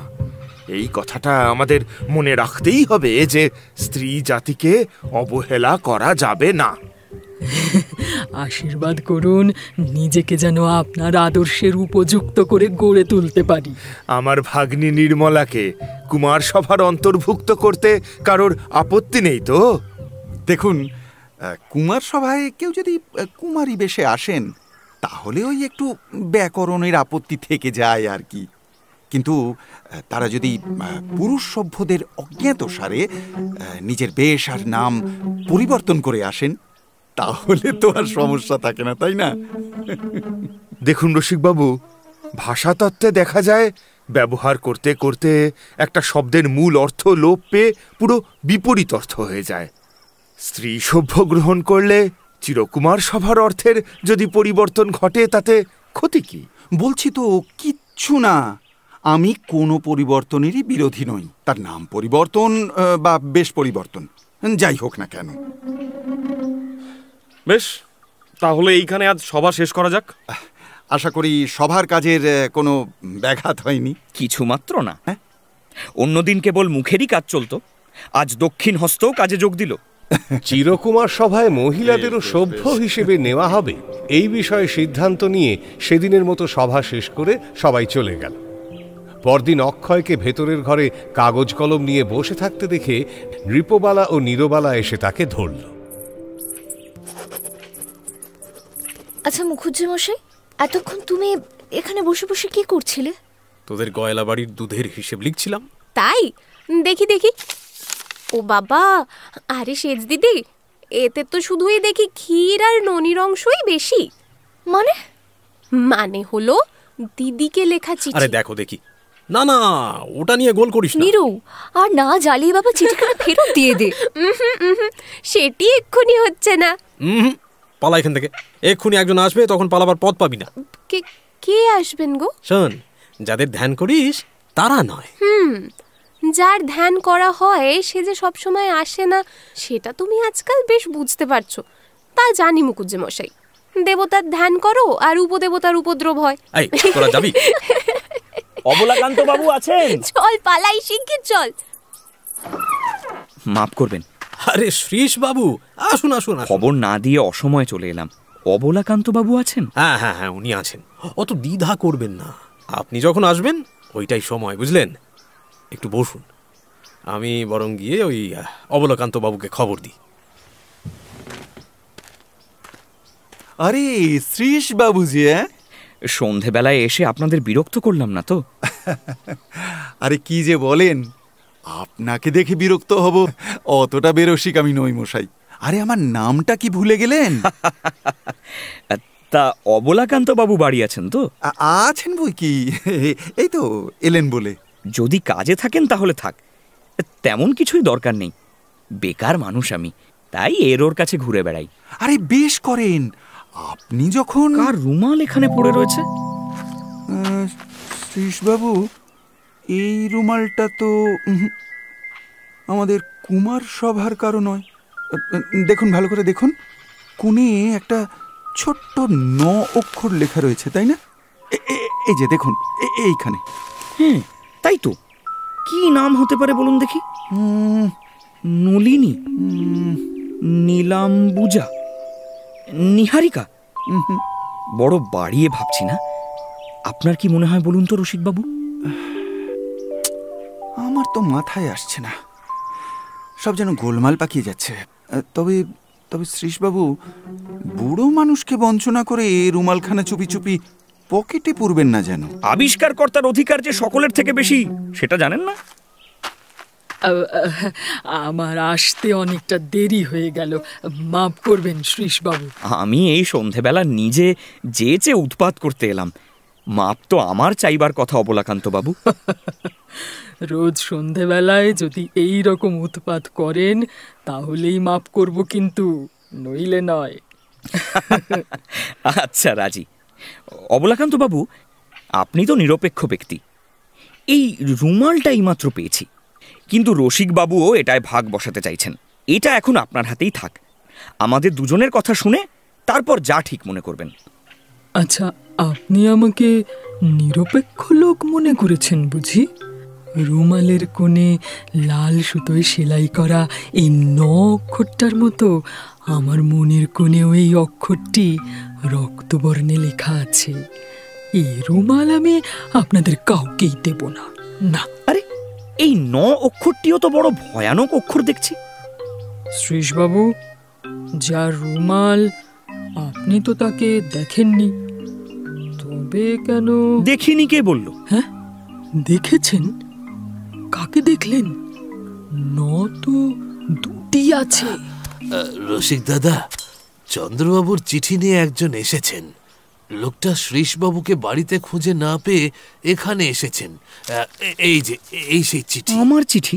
দেখি দেখি। ঠিক আছে, তুই যা। আগে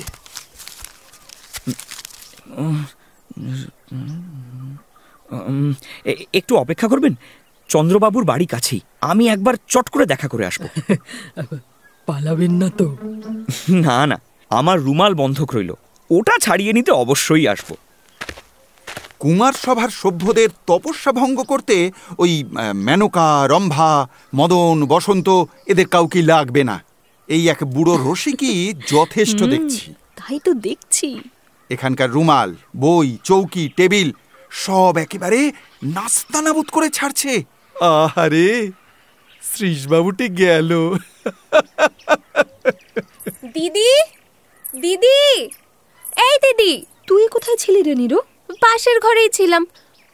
বাবা, সেজ দিদির রুমালখানা নিয়ে শ্রীশবাবু যা কাণ্ড করলো, সেজ দিদি তো লজ্জায় লাল হয়ে পালিয়ে গেল। আর আমি এমন বোকা জানিস, ভুলেও কিছু ফেলে যাইনি। এখন ভাবছি 12খানা রুমাল এনে এবার ঘরের মধ্যে রুমালের হরিণ লুট দিয়ে যাব। অবলাকান্ত বাবু আছেন?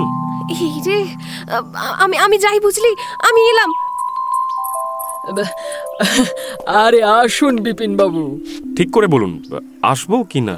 আরে নিশ্চিন্তে আসুন, এত কিন্তু কিন্তু করলে তো বন্ধুত্বটাই হবে না। আসুন আসুন, বসুন। আর মুখখানে একটু হাসি খুশি করুন বিপিন বাবু। আরে, আমাদের হিংসে করবেন না, আমি তো বৃদ্ধ। আর আমাদের এই সুকুমার মূর্তি অবলাকান্ত বাবুকে কোনো মেয়েই পুরুষ বলে মনে করে না, জানবেন। কিন্তু আপনাকে দেখে যিনি ভীত হরিণীর মতো পালিয়ে গেলেন, তিনি কিন্তু আপনাকে পুরুষ বলে খাতির করেই পালালেন, জানবেন। রসিকবাবু, আপনাকেও যে দলে টানছেন অবলাকান্ত বাবু, এটা কিরকম হলো? কি আর বলবো বিপিন বাবু, কোনো অবলাই তো আজ পর্যন্ত আমাকে কান্ত বলে বরণ করেনি। না দেখুন, আপনি এখনই হতাশ হবেন না, এখনো সময় আছে। দেখুন, সে আশার সে সময় যদি থাকতো তাহলে আর চিরকুমার সভায় নাম লেখাতাম না। অবলাকান্ত বাবুর মনের মধ্যে কি যেন একটা কষ্ট রয়েছে, সেটা ওর মুখ দেখলেই বোঝা যায়। কিছু বললেন নাকি বিপিন বাবু? না না। আচ্ছা, এইটা কিসের খাতা? গান লেখা দেখছি। নীরবালা দেবীর নাম লেখা। আহা, কি অসাধারণ লেখা! এই হাতের লেখাটিও যেন মুক্তোর দানা। ওই খাতাটির ওপরে কিন্তু আমার আবার বিশেষ লোভ আছে বিপিনবাবু। আর আমি বুঝি লোভ মোহ সমস্ত কিছু জয় করে বসে আছি। বিপিনবাবু, আপনি তো নীরবালাকে জানেনই না, আপনি এ খাতাখানা নিয়ে কি করবেন? না মানে আপনারা তো স্বয়ং তাকেই জানেন, আপনাদের বরং খাতা নিয়ে আর কি কাজ। এটা না হয় আমার কাছেই থাক নাকি? মনে পড়েছে মশাই, মনে পড়েছে মশাই। সেদিন এখানে একটা বইয়েতে নাম দেখেছিলাম নৃপবালা নীরবালা। তখনই কি বিপিন যে, তুমি এখানে হঠাৎ? হ্যাঁ, আমারও তো ওই একই প্রশ্ন। তুমি এখানে? আমি এসেছিলাম আমার সেই সন্ন্যাসী সম্প্রদায়ের কথাটা অবলাকান্ত বাবুর সঙ্গে আলোচনা করতে। ওর যেরকম চেহারা, মুখের ভাব, আহা! কপালে চন্দন দিয়ে, গলায় মালা পরে, হাতে একটা বীণা নিয়ে সকালবেলায় যদি কোনো গৃহস্থের দরজায় গিয়ে দাঁড়ান, তাহলে আর ভাবনা নেই, উনি ঠিক আমার সন্ন্যাসীর আদর্শ হতে পারেন। ও আচ্ছা, যাই, আমাকে রাত্রে একটু পড়তে হবে, বুঝলে? অবলাকান্ত জিজ্ঞেস করছেন, পড়া হয়ে গেলে খাতাটা কি ফেরত পাওয়া যাবে? পড়া হয়ে গেলে বলবো। শ্রীশবাবু, আপনি ইতস্তত করছেন কেন? আপনার কি কিছু হারিয়ে গেছে নাকি? হ্যাঁ, তবে আজ থাক, আরেকদিন খুঁজে দেখব। শ্রীশ ও বিপিন বেরিয়ে যেতেই ঝড়ের মতো সে ঘরে ঢুকে নীরবালা বলল, এ কিরকম ডাকাতি বলো দিদি? আমার গানের খাতাখানা নিয়ে গেল, আর তুমি কিছু বললে না। তুমি কেন আমার গানের খাতাটা নিয়ে যেতে দিলে বলো তো দিদি? তাহলে এমন অমূল্য ধন তুই ফেলে রেখে যাস কেন শুনি? আরে আমি বুঝি ইচ্ছে করে ফেলে রেখে গেছি। নীরুর কি হয়েছে দিদি? আরে জিনিস খোয়া গেছে, তুইও কি হারাধন খুঁজে বেড়াচ্ছিস? না না না, আমার কিছু হারায়নি। বাহ, খুব ভালো, খুব ভালো। শৈল দিদি, তাহলে আর কেন? রুমালখানার মালিক যখন পাওয়া যাচ্ছে না, তখন যে লোক কুড়িয়ে পেয়েছে তাকেই ফিরিয়ে দিস। আচ্ছা, এই রুমালটা কার শুনি? উমা, আসলে নিজের যে জিনিস খোয়া গেছে তার উপর কোনো দাবি করতে চায় না নৃপবালা। রসিক বোঝে তার মনের কথা, আর কিছু বলে না। মাঝে দুটো দিন যায়। সেদিন অক্ষয়বাবুদের বাড়িতে দুজনে দুজনকে দেখার পর থেকেই দুই বন্ধুর মনের মধ্যে একটা অস্বস্তি ছিল। মাঘের শেষে প্রথম বসন্তের এক সন্ধ্যায় দুই বন্ধু শ্রীশ ও বিপিন গোলদিঘির পথে ঘুরতে ঘুরতে কথা বলছিল। শ্রীশ বলল, তোমার যেটা ভালো লাগে তাকে তুমি কিছুতেই মুক্ত কণ্ঠে স্বীকার তো করোই না, আমল দিতেও চাও না। কেন বলো তো? তুমি করো। হ্যাঁ, করি। আমি আজ তোমার কাছে মুক্ত কণ্ঠে স্বীকার করছি, আমার ফুল ভালো লাগে, জ্যোৎস্না ভালো লাগে, এবং যা কিছু ভালো লাগবার মতো জিনিস সবই ভালো লাগে। তুমি ভারী অদ্ভুত তো। তুমি তো আরো বেশি অদ্ভুত। তোমারও ভালো লাগে, কিন্তু মুখে বলো অন্যরকম। কিন্তু শ্রীশ, তোমার যদি সব ভালো জিনিসই ভালো লাগতে শুরু করে, তাহলে তো দেখছি ঘোর বিপদ। ভুল, ভুল, ভয়ানক ভুল। তুমি বিপদের কথা ভেবে যাদের দূরে সরিয়ে রাখতে চাইছো, তাদের এড়িয়ে চলা অসম্ভব। কুমারত্ব টিকিয়ে রাখতে হলে নারীদের আস্তে আস্তে সরিয়ে নিতে হবে। এবার মনে হচ্ছে কুমার সভা টিকে যাবে বিপিন। তবে একটি মাত্র মহিলা হলে চলবে না, অনেকজন স্ত্রী সভ্য চাই। বদ্ধ ঘরের একটা জানলা খুলে ঠান্ডা লাগালে সর্দি ধরে, কিন্তু খোলা হাওয়ায় থাকলে সে বিপদ নেই। দেখো, যার সর্দির ধাত তাকে সর্দি থেকে রক্ষা করার ক্ষমতা কারোর নেই। তোমার ধাত কি বলছে হে? তোমার ধাতের সঙ্গে তার চমৎকার মিল আছে। বাহ, বেশ বলেছ। আরে পূর্ণ না? ডাকি? ডাকো। তবে ও আমাদের খুঁজছে বলে তো মনে হচ্ছে না। পূর্ণবাবু, খবর কি? নতুন আর কোনো খবর নেই, তবে ইদানিং মনে হচ্ছে কুমার সভা না করে বিবাহিত সভাই করা উচিত। তাহলে আর অন্তত নারী জাতি নিয়ে কোনো ভয় থাকবে না। কিন্তু যে সে লোক বিবাহ করে বিবাহ জিনিসটাই মাটি হয়ে গেছে পূর্ণবাবু, সেই জন্যেই তো কুমার সভা। আমার যতদিন প্রাণ আছে ততদিন এ সভায় প্রজাপতির প্রবেশ নিষেধ। কিন্তু কামদেব আসুন, তিনি একবার তাঁর সঙ্গে ঘনিষ্ঠতা হয়ে গেলে ব্যাস, আর ভয় নেই। তা তোমরা কি বাড়ির দিকে চলেছ? বাড়ি কোন দিকে ভুলে গেছি ভাই। আজ তো পথ ভোলার মতোই রাতটা হয়েছে বটে। কি বলো বিপিনবাবু? বিপিনবাবু এসব বিষয়ে কোনো কথাই বলেন না, পাছে তাঁর আবেগ প্রকাশ হয়ে পড়ে। না তা নয়, দেখো অস্থানে বাজে খরচ করতে চাই না ভাই।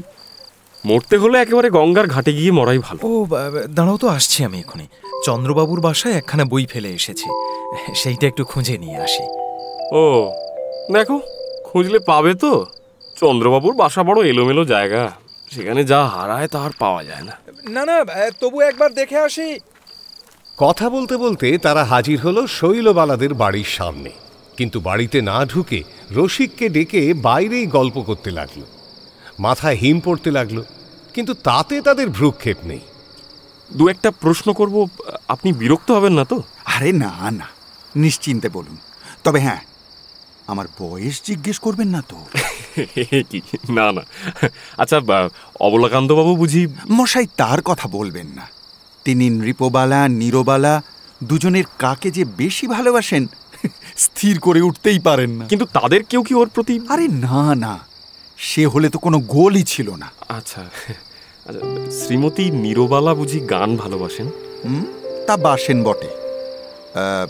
আপনার পকেটের মধ্যেই তো তার গানের খাতাটা নিয়ে ঘুরছেন। ও হ্যাঁ, সত্যি এটা নিয়ে আসা খুবই অভদ্রতা হয়েছে। আচ্ছা, খাতাটা সম্বন্ধে তিনি কি আপনাদের কাছে কিছু বলেছেন? দেখুন, বলেছেন অল্পই, কিন্তু লজ্জায় লাল হয়ে উঠেছিলেন অনেকখানি। সে কি, সে লজ্জা তো আমারই। আরে বিপিন যে, অবলাকান্ত বাবুর সঙ্গে দেখা হলো না, অক্ষয় বাবুর সঙ্গে দেখা করে এলাম। ও ঠিক ঠিক, হ্যাঁ আমিও একবার তার সঙ্গে দেখা করে আসি গে যাই। আপনাদের এখানে সেদিন যে সুন্দরী দুজন মহিলাকে দেখেছিলাম, তাদের সম্বন্ধে যদি মাঝে মাঝে কিছু খোঁজ খবর করি আপনার কাছে। হ্যাঁ হ্যাঁ, তাতে তো আমি খুশি হব। যার রুমাল কুড়িয়ে পেয়েছিল তার নামটি বলতে হবে। তার নাম নৃপবালা। তিনি কোনটি? আপনি আন্দাজ করে বলুন দেখি। যিনি সেই লাল রঙের রেশমের শাড়ি পরা ছিলেন, লজ্জায় ছুটে পালিয়ে যেতে চেয়েও তখনই পারলেন না। বলে যান বলে যান। যাবার সময় যার চোখের ওপর দু এক গুচ্ছ চুল পড়েছিল, চাবি বাঁধা আঁচলটি হাতে ধরে দৌড়ে চলে যাবার সময় যার খোলা চুল একটা কালো জ্যোতিষ্কের মতো ছুটে চলে গেল। অক্ষয়বাবু আছেন বেশ? হ্যাঁ, দেখা হলো। হ্যাঁ, আচ্ছা রসিকবাবু, ওই অক্ষয়বাবুর স্ত্রী বুঝি বড় বোন, তার নাম? তার নাম পুরবালা। ও, আর সবচেয়ে ছোটটির নাম? নীরবালা। আর নৃপবালা? তিনি ওই নীরবালার বড়। তাহলে নৃপবালাই হলেন মেজ, আর নীরবালা ছোট। পুরবালার ছোট নৃপবালা। ওরে বাবা, এরা তো দেখছি নাম জপ করা শুরু করে দিয়েছে। না, আমি যাই। পরদিন সকাল থেকেই রসিক কেশে মরছে। গতরাতে বিপিন আর শ্রীশের সঙ্গে বাইরে দাঁড়িয়ে কথা বলবার সময় মাথায় হিম পড়ে ঠান্ডা লেগেছে তার। আরে কি হলো? মাথায় হিম পড়ে বুড়ো হাড়ে ঠান্ডা লেগে গেছে। তা ওদের কাছ থেকে উত্তাপ নিতে পারোনি? সূর্যের তাপে সজীব গাছ হেসে ওঠে দিদি, কিন্তু মরা কাঠ তাতেই ফেটে যায়। কি এখনো আর কেউ আসেননি? আরে আসবেন আসবেন। তা তা আপনার চোখ কাকে খুঁজছে ভাই? কই কাউকে না তো। যাই বলুন পূর্ণবাবু, চোখের মতো এমন আশ্চর্য সৃষ্টি সারা শরীরে আর কিছু হয় না। মন যদি কোথাও প্রত্যক্ষ বাস করে, সে ওই চোখের ওপরে। এই বাড়িতে? হ্যাঁ, সেদিন তোকে এই বাড়িটার কথাই তো বললাম। কারা যেন আসছেন। ও পূর্ণ, এসে গেছো? হ্যাঁ, এই তো একটু আগে। আরে আসুন আসুন চন্দ্রমাধব বাবু। এই পূর্ণবাবুতে আর আমাতে এতক্ষণ একটু ওই বিজ্ঞান চর্চা করছিলুম। বাহ বাহ বাহ, ভালো ভালো। আমাদের কুমার সভায় আমরা মাসে একদিন করে বিজ্ঞান আলোচনা করতেই পারি। তা নির্মলার সঙ্গে আপনার পরিচয় হয়নি না? নির্মলা আমাদের কুমার সভার প্রথম স্ত্রী সভ্য। নমস্কার নমস্কার। আমাদের সভার সভালক্ষ্মী বলুন। মাফ করবেন চন্দ্রবাবু, আমার কি আসতে দেরি হয়ে গেল? না না, এখনো সময় হয়নি। অবলাকান্ত বাবু, আমার ভাগ্নি নির্মলা আজ আমাদের সভার সভ্য হয়েছেন। বাহ বাহ, বেশ। নমস্কার নির্মলা দেবী। নমস্কার। দেখুন, পুরুষেরা মেয়েদের কেবল নিজেদের সেবার জন্যই আটকে রাখতে চায়। চন্দ্রবাবু যে আপনাকে আমাদের এই সভার ভালোর জন্য আসতে দিয়েছেন, সেটা কিন্তু বিরাট ব্যাপার। আমার মামার কাছে দেশের কাজ আর নিজের কাজ একই। চন্দ্রবাবুকে আপনি যথার্থই জেনেছেন। আসলে কি জানেন, আমার মামাকে যথার্থভাবে জানা খুব সহজ। মামার মনটা এত স্বচ্ছ। সেই জন্যই তো ওকে ঠিক মতো জানা শক্ত। ঠিক বলেছেন। জানেন, বাইরের কেউ আমার মামাকে চিনতেই পারে না।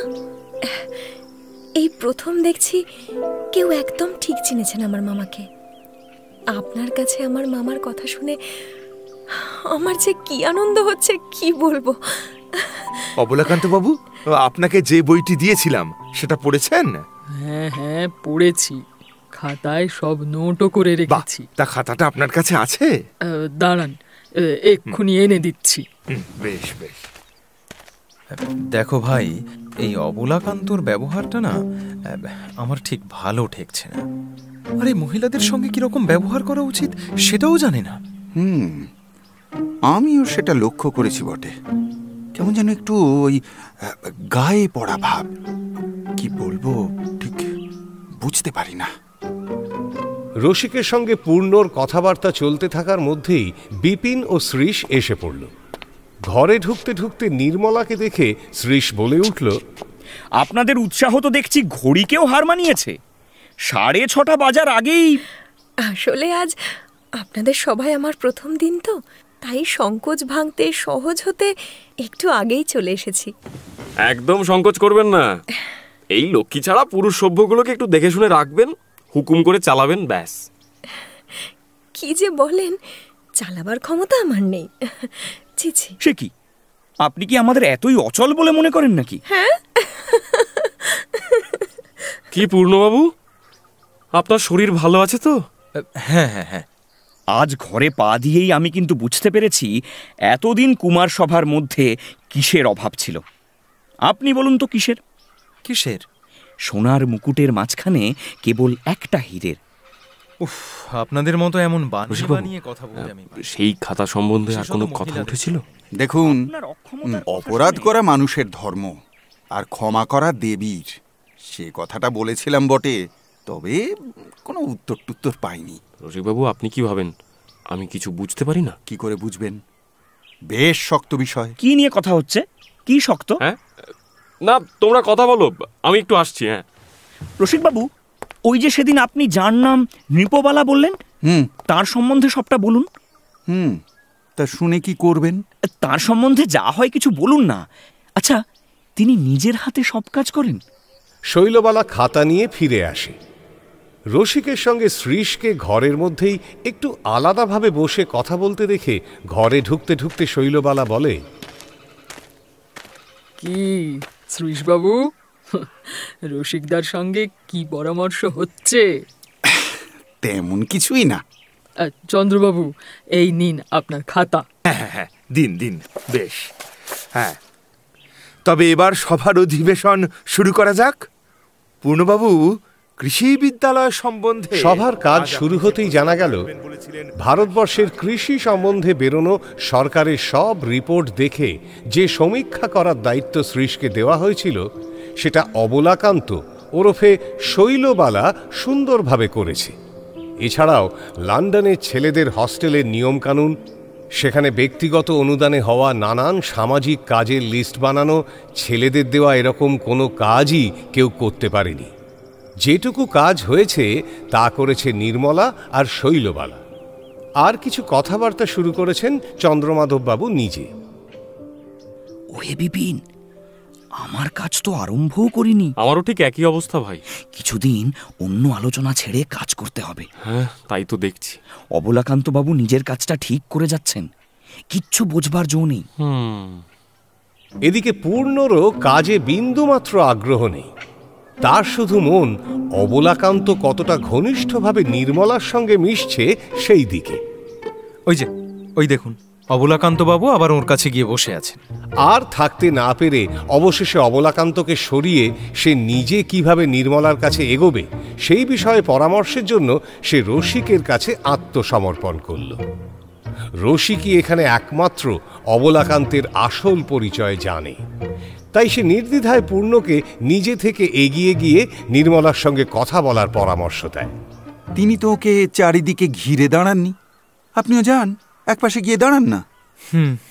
দেখে শৈলবালা নারী বুদ্ধিতে পূর্ণর হাবভাব বুঝতে পেরে সেই নিয়েই নির্মলাকে কিছু দুষ্টু মিষ্টি ভঙ্গিতে সচেতন করেও দেয়। আপনি আসবেন বলেই বেচারা পূর্ণবাবু আজ বিশেষ উৎসাহ নিয়ে এসেও সেটা প্রকাশ করতে পারলেন না।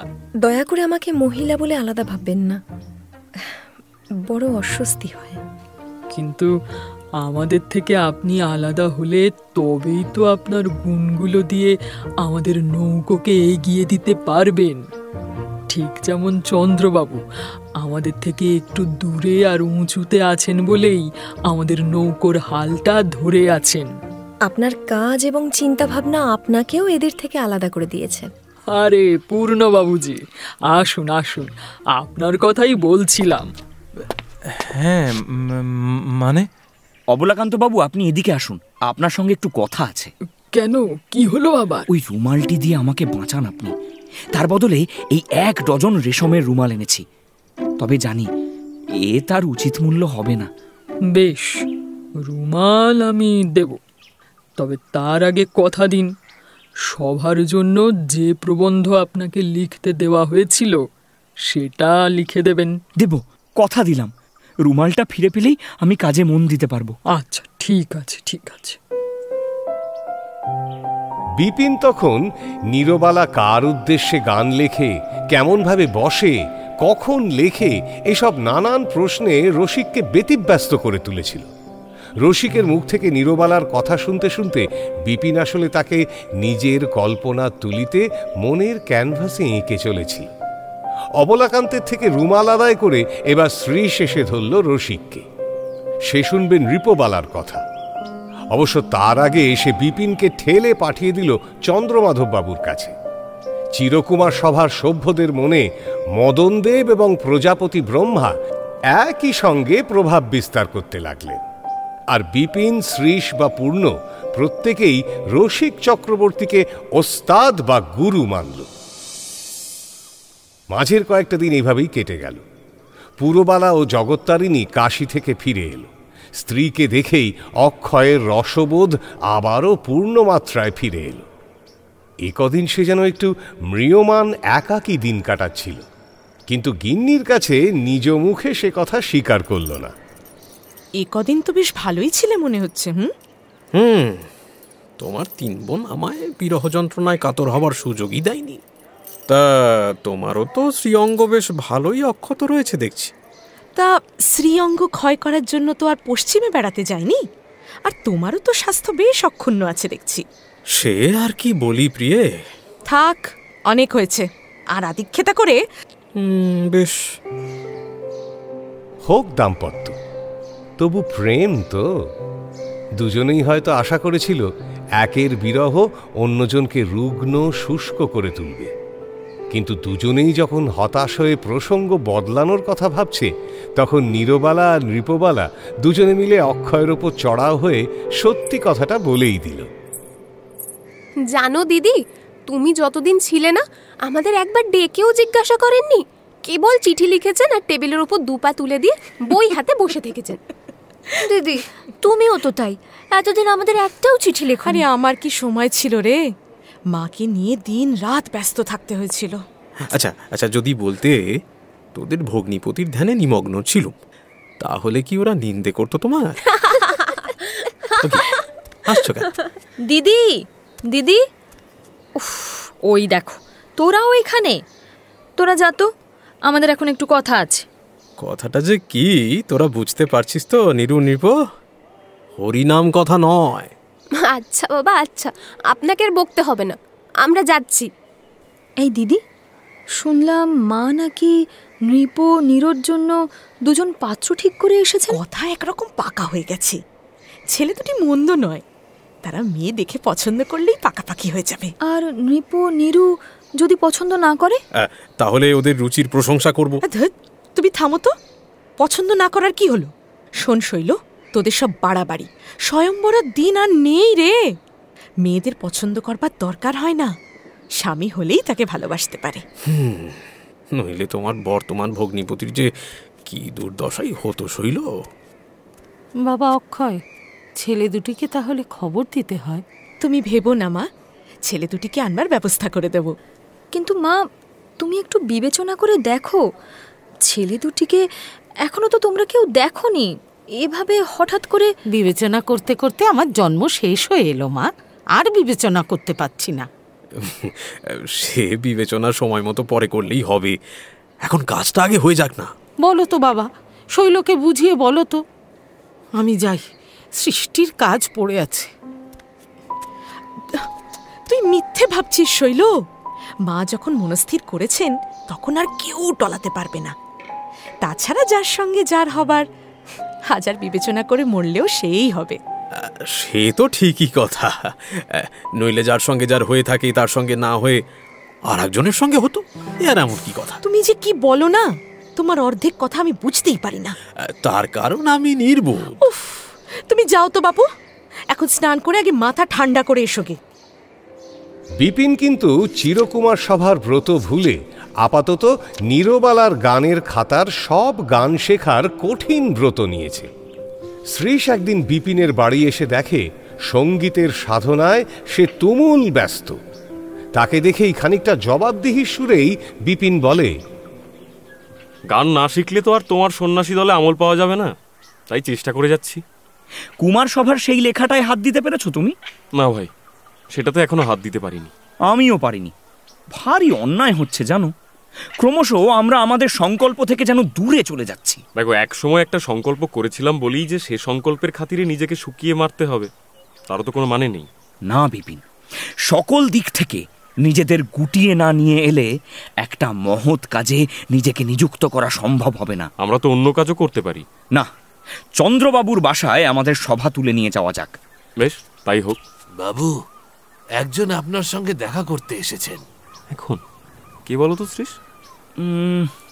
আচ্ছা হ্যাঁ রে, এই বলছি, লোকটা কি টাক মাথা, মানে মাথায় চুল নেই? হ্যাঁ বাবু। যা নিয়ে আয়। বুঝলে শ্রীশ, রসিকবাবু মনে হচ্ছে। আরে আসুন আসুন রসিকবাবু, আসুন আসুন। যাক, দুজনেই এখানে আছেন দেখছি, ভালোই হলো। রসিকবাবু, রসালাপ আমরা বন্ধ করে দিয়েছি, এবার এক মনে সভার কাজ করব শুধু। তাহলে থাক, আপনাদের সঙ্গে দুটো কথা ছিল, কিন্তু আপনাদের কঠিন প্রতিজ্ঞার কথা শুনে আমরা সাহসে কুলোচ্ছে না। এ কি? না না, তাই বলে কথা থাকলে বলবেন না কেন? আমাদের যতটা ভয়ঙ্কর ভাবছেন অতটাও আমরা নই। বেশ, তবে কথাটা বলি। হ্যাঁ হ্যাঁ, নির্দ্বিধায় বলুন। নৃপবালা আর নীরবালার মা হঠাৎই কাশী থেকে এসে দুটো অকাল কুষ্মাণ্ডের সঙ্গে মেয়ে দুটির বিয়ে দেবেন ঠিক করেছেন। হ্যাঁ? না না, এ কিছুতেই হতে পারে না রসিকবাবু, না। কিন্তু কি করবেন? যদি বলেন তো সেই ছেলে দুটোকে পথের মধ্যে। হ্যাঁ, বুঝেছি, কিন্তু এই দুটো গেলে আরো 10টা আসবে, সেটা ভেবে দেখেছেন? তাছাড়া আর দেরিও নেই, এই তো এই শুক্রবারে তারা মেয়ে দেখতে আসবে। কি বলছেন, এই শুক্রবারে? সে তো পরশু।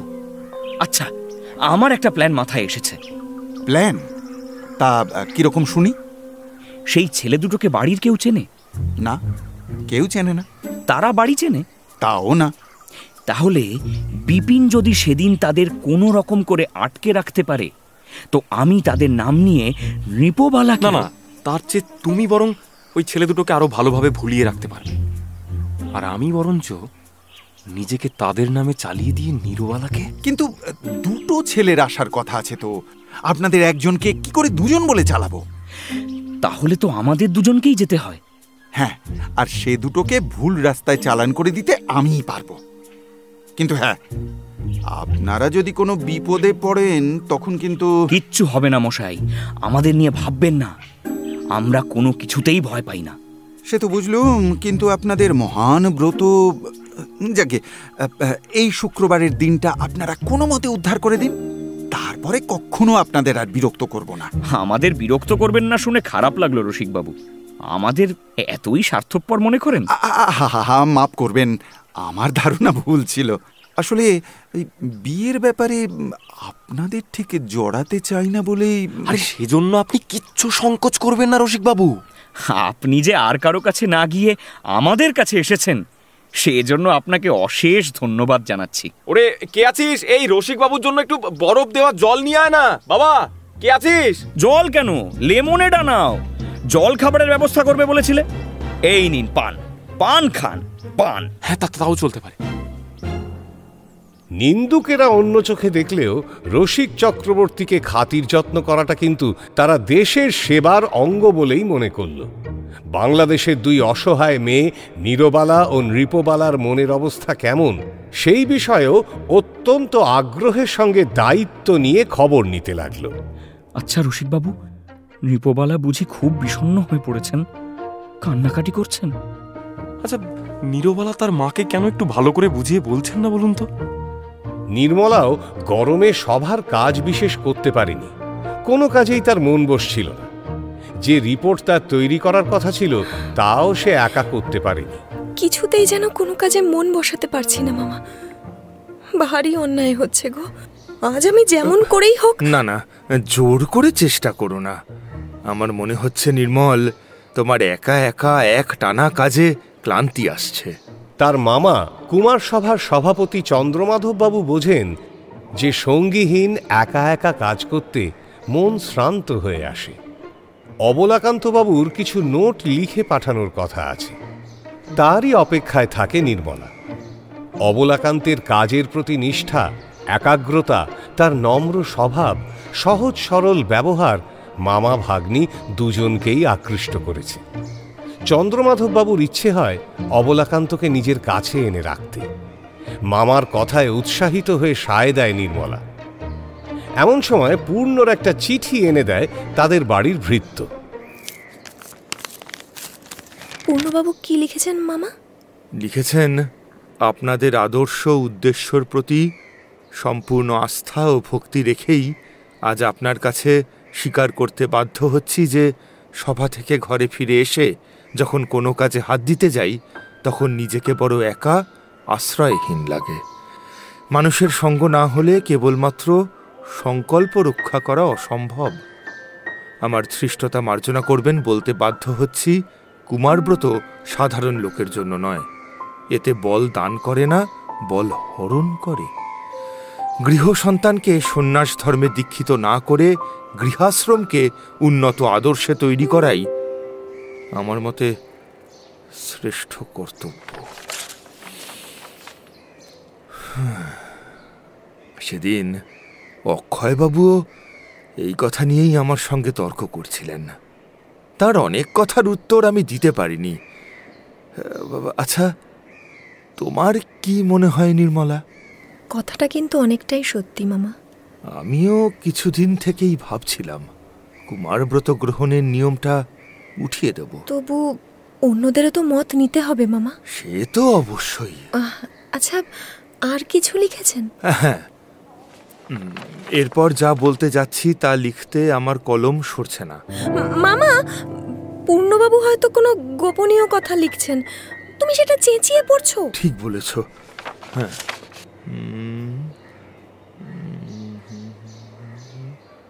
নির্মলা। হ্যাঁ মামা। পূর্ণবাবু তোমাকে বিয়ে করতে চান, সেই প্রস্তাব লিখে পাঠিয়েছেন। এ হতেই পারে না, কোনো মতে হতে পারে না। কেন মামা, তুমি এ বিষয়ে কিছুই বোঝো না, তোমাকে আমি বোঝাতেও পারবো না। যাও তো, আমার কাজ আছে মামা, আমি চললাম। আচ্ছা, তোমার পকেটে ওটা কি গো, উঁচু হয়ে আছে? ও হ্যাঁ হ্যাঁ হ্যাঁ, ভুলেই গিয়েছিলাম। বেহারা আজ সকালে তোমার নামে লেখা একটা কাগজ আমাকে দিয়ে গেছিল। কই দেখি। হ্যাঁ, অবলাকান্তবাবুর লেখাটা সকালে এসেছে, অথচ তুমি আমাকে দাওনি। ইস, আমি ভাবছিলাম তিনি হয়তো ভুলেই গেছেন। এ কিন্তু ভারী অন্যায় মামা। কথাটা বলেই নির্মলা চলে গেল। চন্দ্রমাধববাবু অবাক হয়ে সেদিকে তাকিয়ে ভাবতে লাগলেন, এমন ভুলো স্বভাব তো তার প্রায় সব ক্ষেত্রেই প্রকাশ পায়, কিন্তু সেটা আজ তার ভাগ্নির কাছে এত বড় অন্যায় হয়ে গেল কি করে আর কেন, তা ঠিক বুঝতে পারলেন না। এমন সময় রসিক এসে হাজির হলেন। এই যে রসিকবাবু, আসুন আসুন। তা সব ভালো তো? হ্যাঁ হ্যাঁ হ্যাঁ, ভালোই ভালোই। ভাবছি আমাদের সভা থেকে চিরকুমার ব্রতের নিয়মটা উঠিয়ে দেব। আপনি কি বলেন? তা উঠিয়ে দেয়াই ভালো, নয়তো সে নিজেই উঠে যাবে একদিন। হ্যাঁ, ঠিক বলেছেন রসিকবাবু। যে জিনিস হবেই তাকে হতে দেওয়াই ভালো। গায়ের জোরে আটকানোর বৃথা চেষ্টা করে কি লাভ? আচ্ছা শুনুন, শুক্রবার সন্ধেবেলা আপনারা আমাদের ওখানে যাবেন। আমরা সবাইকে আসতে বলেছি। হ্যাঁ হ্যাঁ হ্যাঁ। ও, রসিকবাবু এসেছেন? অবলাকান্তবাবুর লেখাটা পেয়েছি। তিনি যে আমার অনুরোধ মনে রেখেছেন, সেজন্য তাঁকে আমার ধন্যবাদ জানাবেন। নিশ্চয়ই নিশ্চয়ই। আচ্ছা তাহলে আর চলি। রসিক চলে যেতেই নির্মলাও ভেতরে গিয়ে রিপোর্ট নিয়ে বসল। দেখতে দেখতে শুক্রবার চলে এলো। এই যে বাবা অক্ষয়, দেখো দেখি এই মেয়েদের নিয়ে আমি কি করি। নেপো কেঁদে অস্থির, তো নীরও রেগে অস্থির, বলে কি না কোনো মতেই বেরোবে না। ভদ্রলোকের ছেলেরা এলে এখন তাদের ফেরাই কি বলে? তুমি বাপু ওদের শিখিয়ে পড়িয়ে সব বিবি করে তুলেছ, এখন তুমি ওদের সামলাও। সত্যি গো, আমি ওদের রকম দেখে একেবারে অবাক হয়ে গেছি। ওরা কি মনে করেছে? বোধহয় আমাকে ছাড়া ওরা আর কাউকে পছন্দ করছে না। তোমারই বোন তো, তাই রুচিটাও তোমারই মতো। ঠাট্টা রাখো, তুমি না বললে ওরা শুনবে না। আমি ওদের পাঠিয়ে দিচ্ছি, ভালো করে বুঝিয়ে দাও। না মুকুজ্জে মশাই, এসব কিন্তু কোনো মতেই হবে না। মুকুজ্জে মশাই, তোমার দুটো পায়ে পড়ি, যার সামনে আমাদের ওরকম ভাবে বের করো না। আচ্ছা শোন, একটা গল্প বলি। ফাঁসির হুকুম হলে একজন বলেছিল, আমাকে বেশি উঁচুতে চড়িও না, আমার মাথা ঘোরার ব্যায়ামও আছে। কি জানিস, তোদের অবস্থা হলো সেই। বিয়ে করতে যাচ্ছিস, এখন এখন দেখা দিতে লজ্জা করলে চলবে কেন? যা, কে বললো আমরা বিয়ে করতে যাচ্ছি? সে কি রে, তোদের মা দিদি সব যখন ধরে পড়েছেন এবং ভদ্রলোক দুটি যখন গাড়ি ভাড়া করে আসছে, তখন একবার মিনিট 5 মতো দেখা দিস। আমি আমি আমি কথা দিচ্ছি, তোদের অনিচ্ছায় কোনো মতেই বিয়ে দিতে দেব না। ঠিক তো? সে কি রে, তোরা আমাকে এই চিনলি? একদম এক কথা। কই আয়, একটু সাজিয়ে দি। না, সাজাতে হবে না। না, আমরা সাজবো না। আরে চুলটা তো বাঁধবি। যাই, আমি একটু বন্দোবস্ত কেমন হলো তদারক করে আসি। পিতামহ ভীষ্ম, যুদ্ধের সব প্রস্তুত তো? হ্যাঁ হ্যাঁ সব। তারাও এসে পড়লেন বলে চলো চলো, আমরাও একটু তৈরি হয়ে নিই। বেশ বেশ বেশ, চলো চলো চলো। শ্রীশ আর বিপিন সবার আগেই এসে গেল। ঘর খোলাই ছিল, তারা বসে নিজেদের মধ্যে কথা বলছিল। আজ তারা অন্য দিনের মতো সপ্রতিভ নয়, একটু যেন ঘাবড়ে আছে। রসিক ফিরে এসে তাদের দেখতে পেল। আরে আপনারা এসে একলা বসে আছেন? ছি ছি ছি, কিছু মনে করবেন না কেমন? না না। আচ্ছা, আজ আপনারা এই দুঃখী দুঃখী মুখে এরকম চুপচাপ বসে আছেন কেন বলুন দেখি? আরে আপনাদের কোনো ভয় নেই? না, তা নয়, আমরা ভাবছি আমাদের দ্বারা কতটুকু উপকারই বা হচ্ছে। ভবিষ্যতের সমস্ত আশঙ্কা তো আর দূর করতে পারছি না। তা ঠিক, আপনারা দুটি অবলাকে চিরকৃতজ্ঞতা পাশে বদ্ধ করছেন, অথচ দেখুন নিজেরা কোনো প্রকার পাশেই বদ্ধ হচ্ছেন না। নিপো, ভদ্রলোককে কতক্ষণ বসিয়ে রাখবি বলতো? নিরো যা না, তোদের সঙ্গে আর পারিনি বাপু। রসিকবাবু, এদের এই সংকট থেকে সম্পূর্ণ রক্ষা করবার জন্য আপনি আমাদের যা বলবেন আমরা তাই করব। এসো দিদি, এসো এসো। রসিকবাবু, আপনি এদের বলুন, আমাদের যেন মার্জনা করেন। আমরা যদি ভুল করেও লজ্জা বা ভয়ের কারণ হই, তবে তার চেয়ে দুঃখের বিষয় আর কিছুই হতে পারে না। আমাদের ক্ষমা করবেন দয়া করে।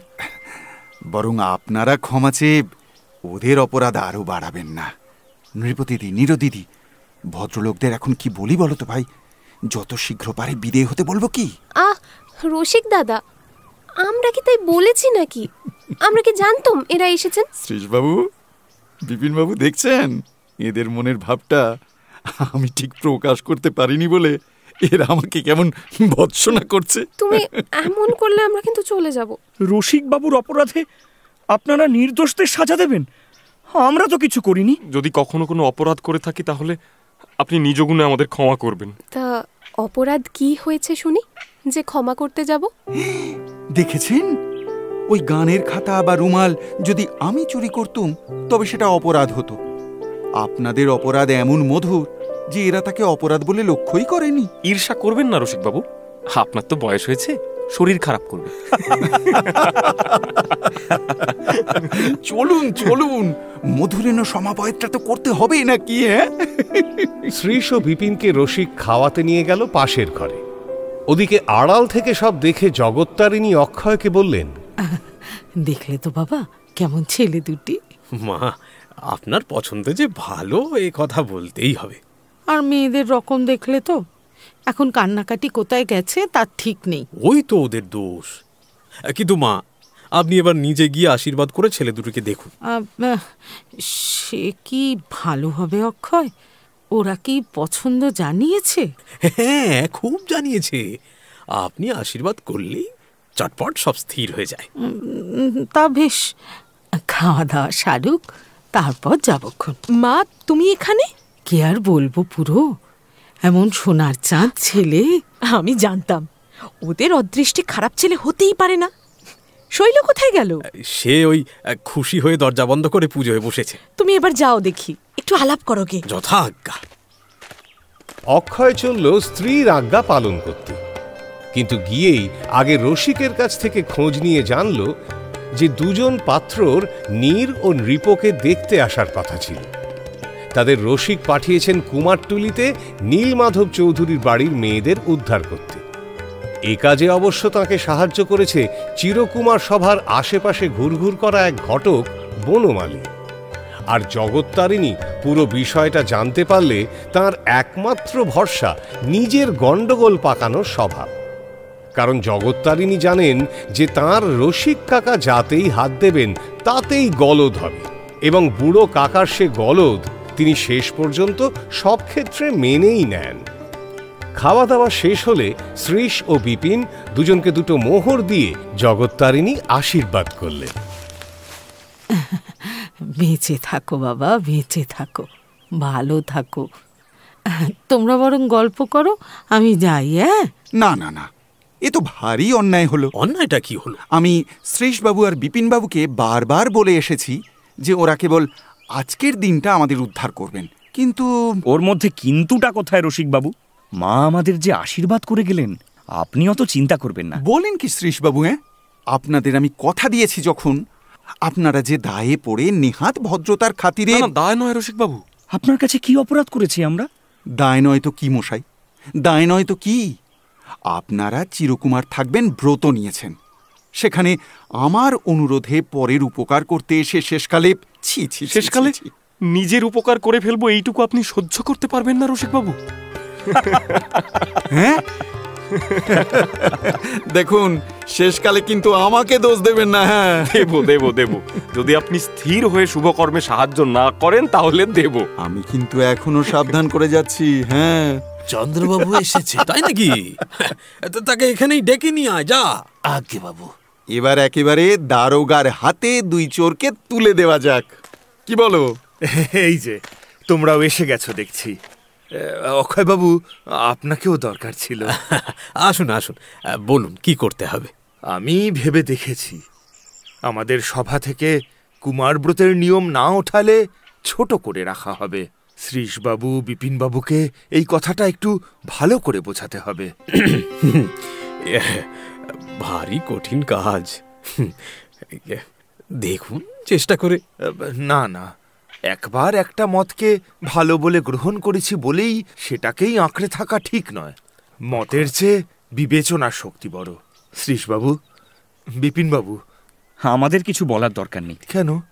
আপনারা যুক্তি শুনতেও রাজি নন? ওই তো পূর্ণবাবু আসছেন। আসুন আসুন। পূর্ণবাবু ভালো আছেন তো? আপনাকে একটু শুকনো দেখাচ্ছে যেন। না কিছু না, ঠিক আছে। পূর্ণবাবু, আপনার প্রস্তাব মতো আমাদের সভা থেকে কুমারব্রত তুলে দেওয়ার জন্যই আজ আমরা এখানে মিলিত হয়েছি। বেশ, তবে শ্রীশ ও বিপিন মন থেকে ঠিক রসিকবাবু বোধহয় যথাসাধ্য চেষ্টা করেছেন। হ্যাঁ, ফল যা পেয়েছি তা ফলেনও পরিচয়তে। আপনি কি বলছেন আমি ঠিক বুঝতে পারছি না। আচ্ছা আচ্ছা, আমি এক্ষুনি প্রত্যক্ষ প্রমাণ সহ বুঝিয়ে দিচ্ছি। হ্যাঁ দাঁড়ান, এদিকে আয় তো তোরা, আয় আয় আয়। হ্যাঁ, ইনি হলেন চন্দ্রবাবু, তোমাদের গুরুজন। একে প্রণাম করো, যাও যাও যাও, প্রণাম করো। চন্দ্রবাবু, নতুন নিয়মে আপনাদের সভায় এই দুটি সভ্য বাড়ল। বড় খুশি হলাম, বড় খুশি হলাম। কিন্তু এরা কে? এরা হলো আমার দুই শালিকা, শ্রীশবাবু এবং বিপিন বাবুর সঙ্গে এদের শুভ বিবাহ খুব শীঘ্রই সম্পন্ন হবে। বাহ বাহ বাহ, এ তো বড় আনন্দের কথা। শ্রীশবাবু, বড় খুশি হলাম। বিপিনবাবু, আপনারা সৌভাগ্যবান। আশা করি অবলাকান্তবাবুও বঞ্চিত হন। বাহ, এ তো বড় আনন্দের কথা। এসো নির্মলা, শুনে খুশি হবে শ্রীশবাবু এবং বিপিনবাবুর সঙ্গে এদের বিবাহ স্থির হয়ে গেছে। এখন তাহলে কুমারব্রত উঠিয়ে দেওয়ার প্রস্তাব উত্থাপন করাই বাহুল্য। কিন্তু অবলাকান্তবাবুর মত তো নেওয়া হয়নি। কই, তাঁকে এখানে দেখছি না তো। হ্যাঁ, ঠিক কথা ঠিক কথা, আমি তো ভুলেই গিয়েছিলাম। তিনি আজ এখনো এলেন না কেন? এই এলেন বলে তার পরিবর্তন দেখলে আপনারা একবারে আশ্চর্য হয়ে যাবেন। হ্যাঁ চন্দ্রবাবু, এবারে আমাকেও দলে নেবেন। সভাটি যেরকম লোভনীয় হয়ে উঠলো এখন, আমাকে আর ঠেকিয়ে রাখতে পারবেন না। আপনাকে পাওয়া আমাদের সৌভাগ্য।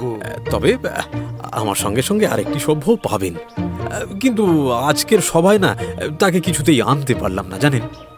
এইবার বাকি সভ্যটি এলেই আমাদের চিরকুমার সভা সম্পূর্ণ সমাপ্ত হয়। শ্রীশ, ইনি কে?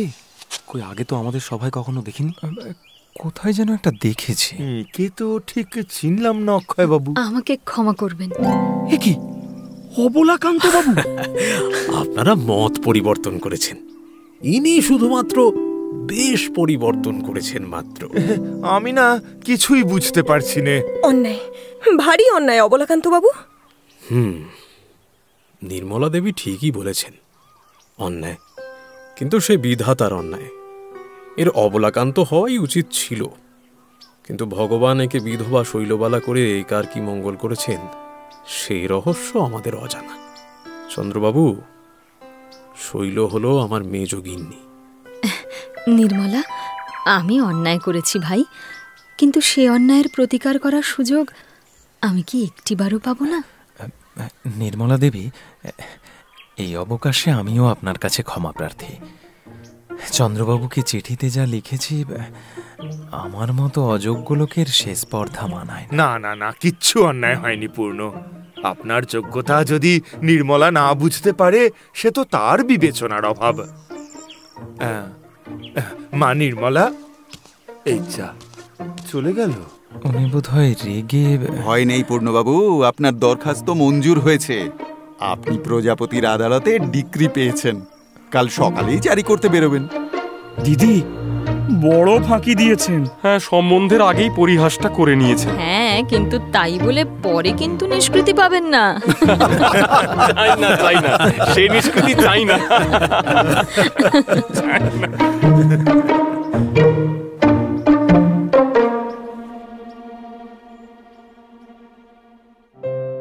মির্চি ফ্রাইডে ক্লাসিক্সে শুনলেন রবীন্দ্রনাথ ঠাকুরের প্রহসনমূলক নাটক চিরকুমার সভা। গল্প পাঠে শেখর, পুরবালা তৃণাঞ্জনা দাস, অক্ষয় কৌশিক ব্যানার্জি, শৈলবালা দেবশ্রী মুখার্জি, নৃপবালা অধ্যায় সাহা, নীরবালা সুকন্যা বোস, নির্মলা সঙ্গীতা গুহ, শ্রীশ ঋতব্রত মুখার্জি, বিপিন সৌমেন চক্রবর্তী, পূর্ণ স্পন্দন দাস, রসিক সুদীপ্ত ঘোষ, চন্দ্রবাবু মলয় ঘোষ, জগত্তারিণী কেয়া মুখার্জি, মৃত্যুঞ্জয় জয় দুর্গাশঙ্কর সিনহা, দারুকেশ্বর সায়ন ভট্টাচার্য, ভৃত্য রামস্বরূপ গাঙ্গুলি, নাট্যরূপ ও পরিচালনা শাওলি মজুমদার, শব্দগ্রহণ, আবহ ও ধ্বনি প্রক্ষেপণ সত্যজিৎ সেন, শব্দ মিশ্রণ সব্যসাচী মুখার্জি, প্রচার অলঙ্করণ অভিব্রত সরকার, প্রযোজনা প্যাস্টেল এন্টারটেইনমেন্ট, গল্পের সূত্রধার অগ্নি এবং সমগ্র পরিকল্পনায় ইন্দ্রাণী। মির্চি ফ্রাইডে ক্লাসিক্স শুনতে আজই সাবস্ক্রাইব করুন আমাদের official YouTube channel youtube.com/mirchi Bangla বা ডাউনলোড করুন গানা অ্যাপ।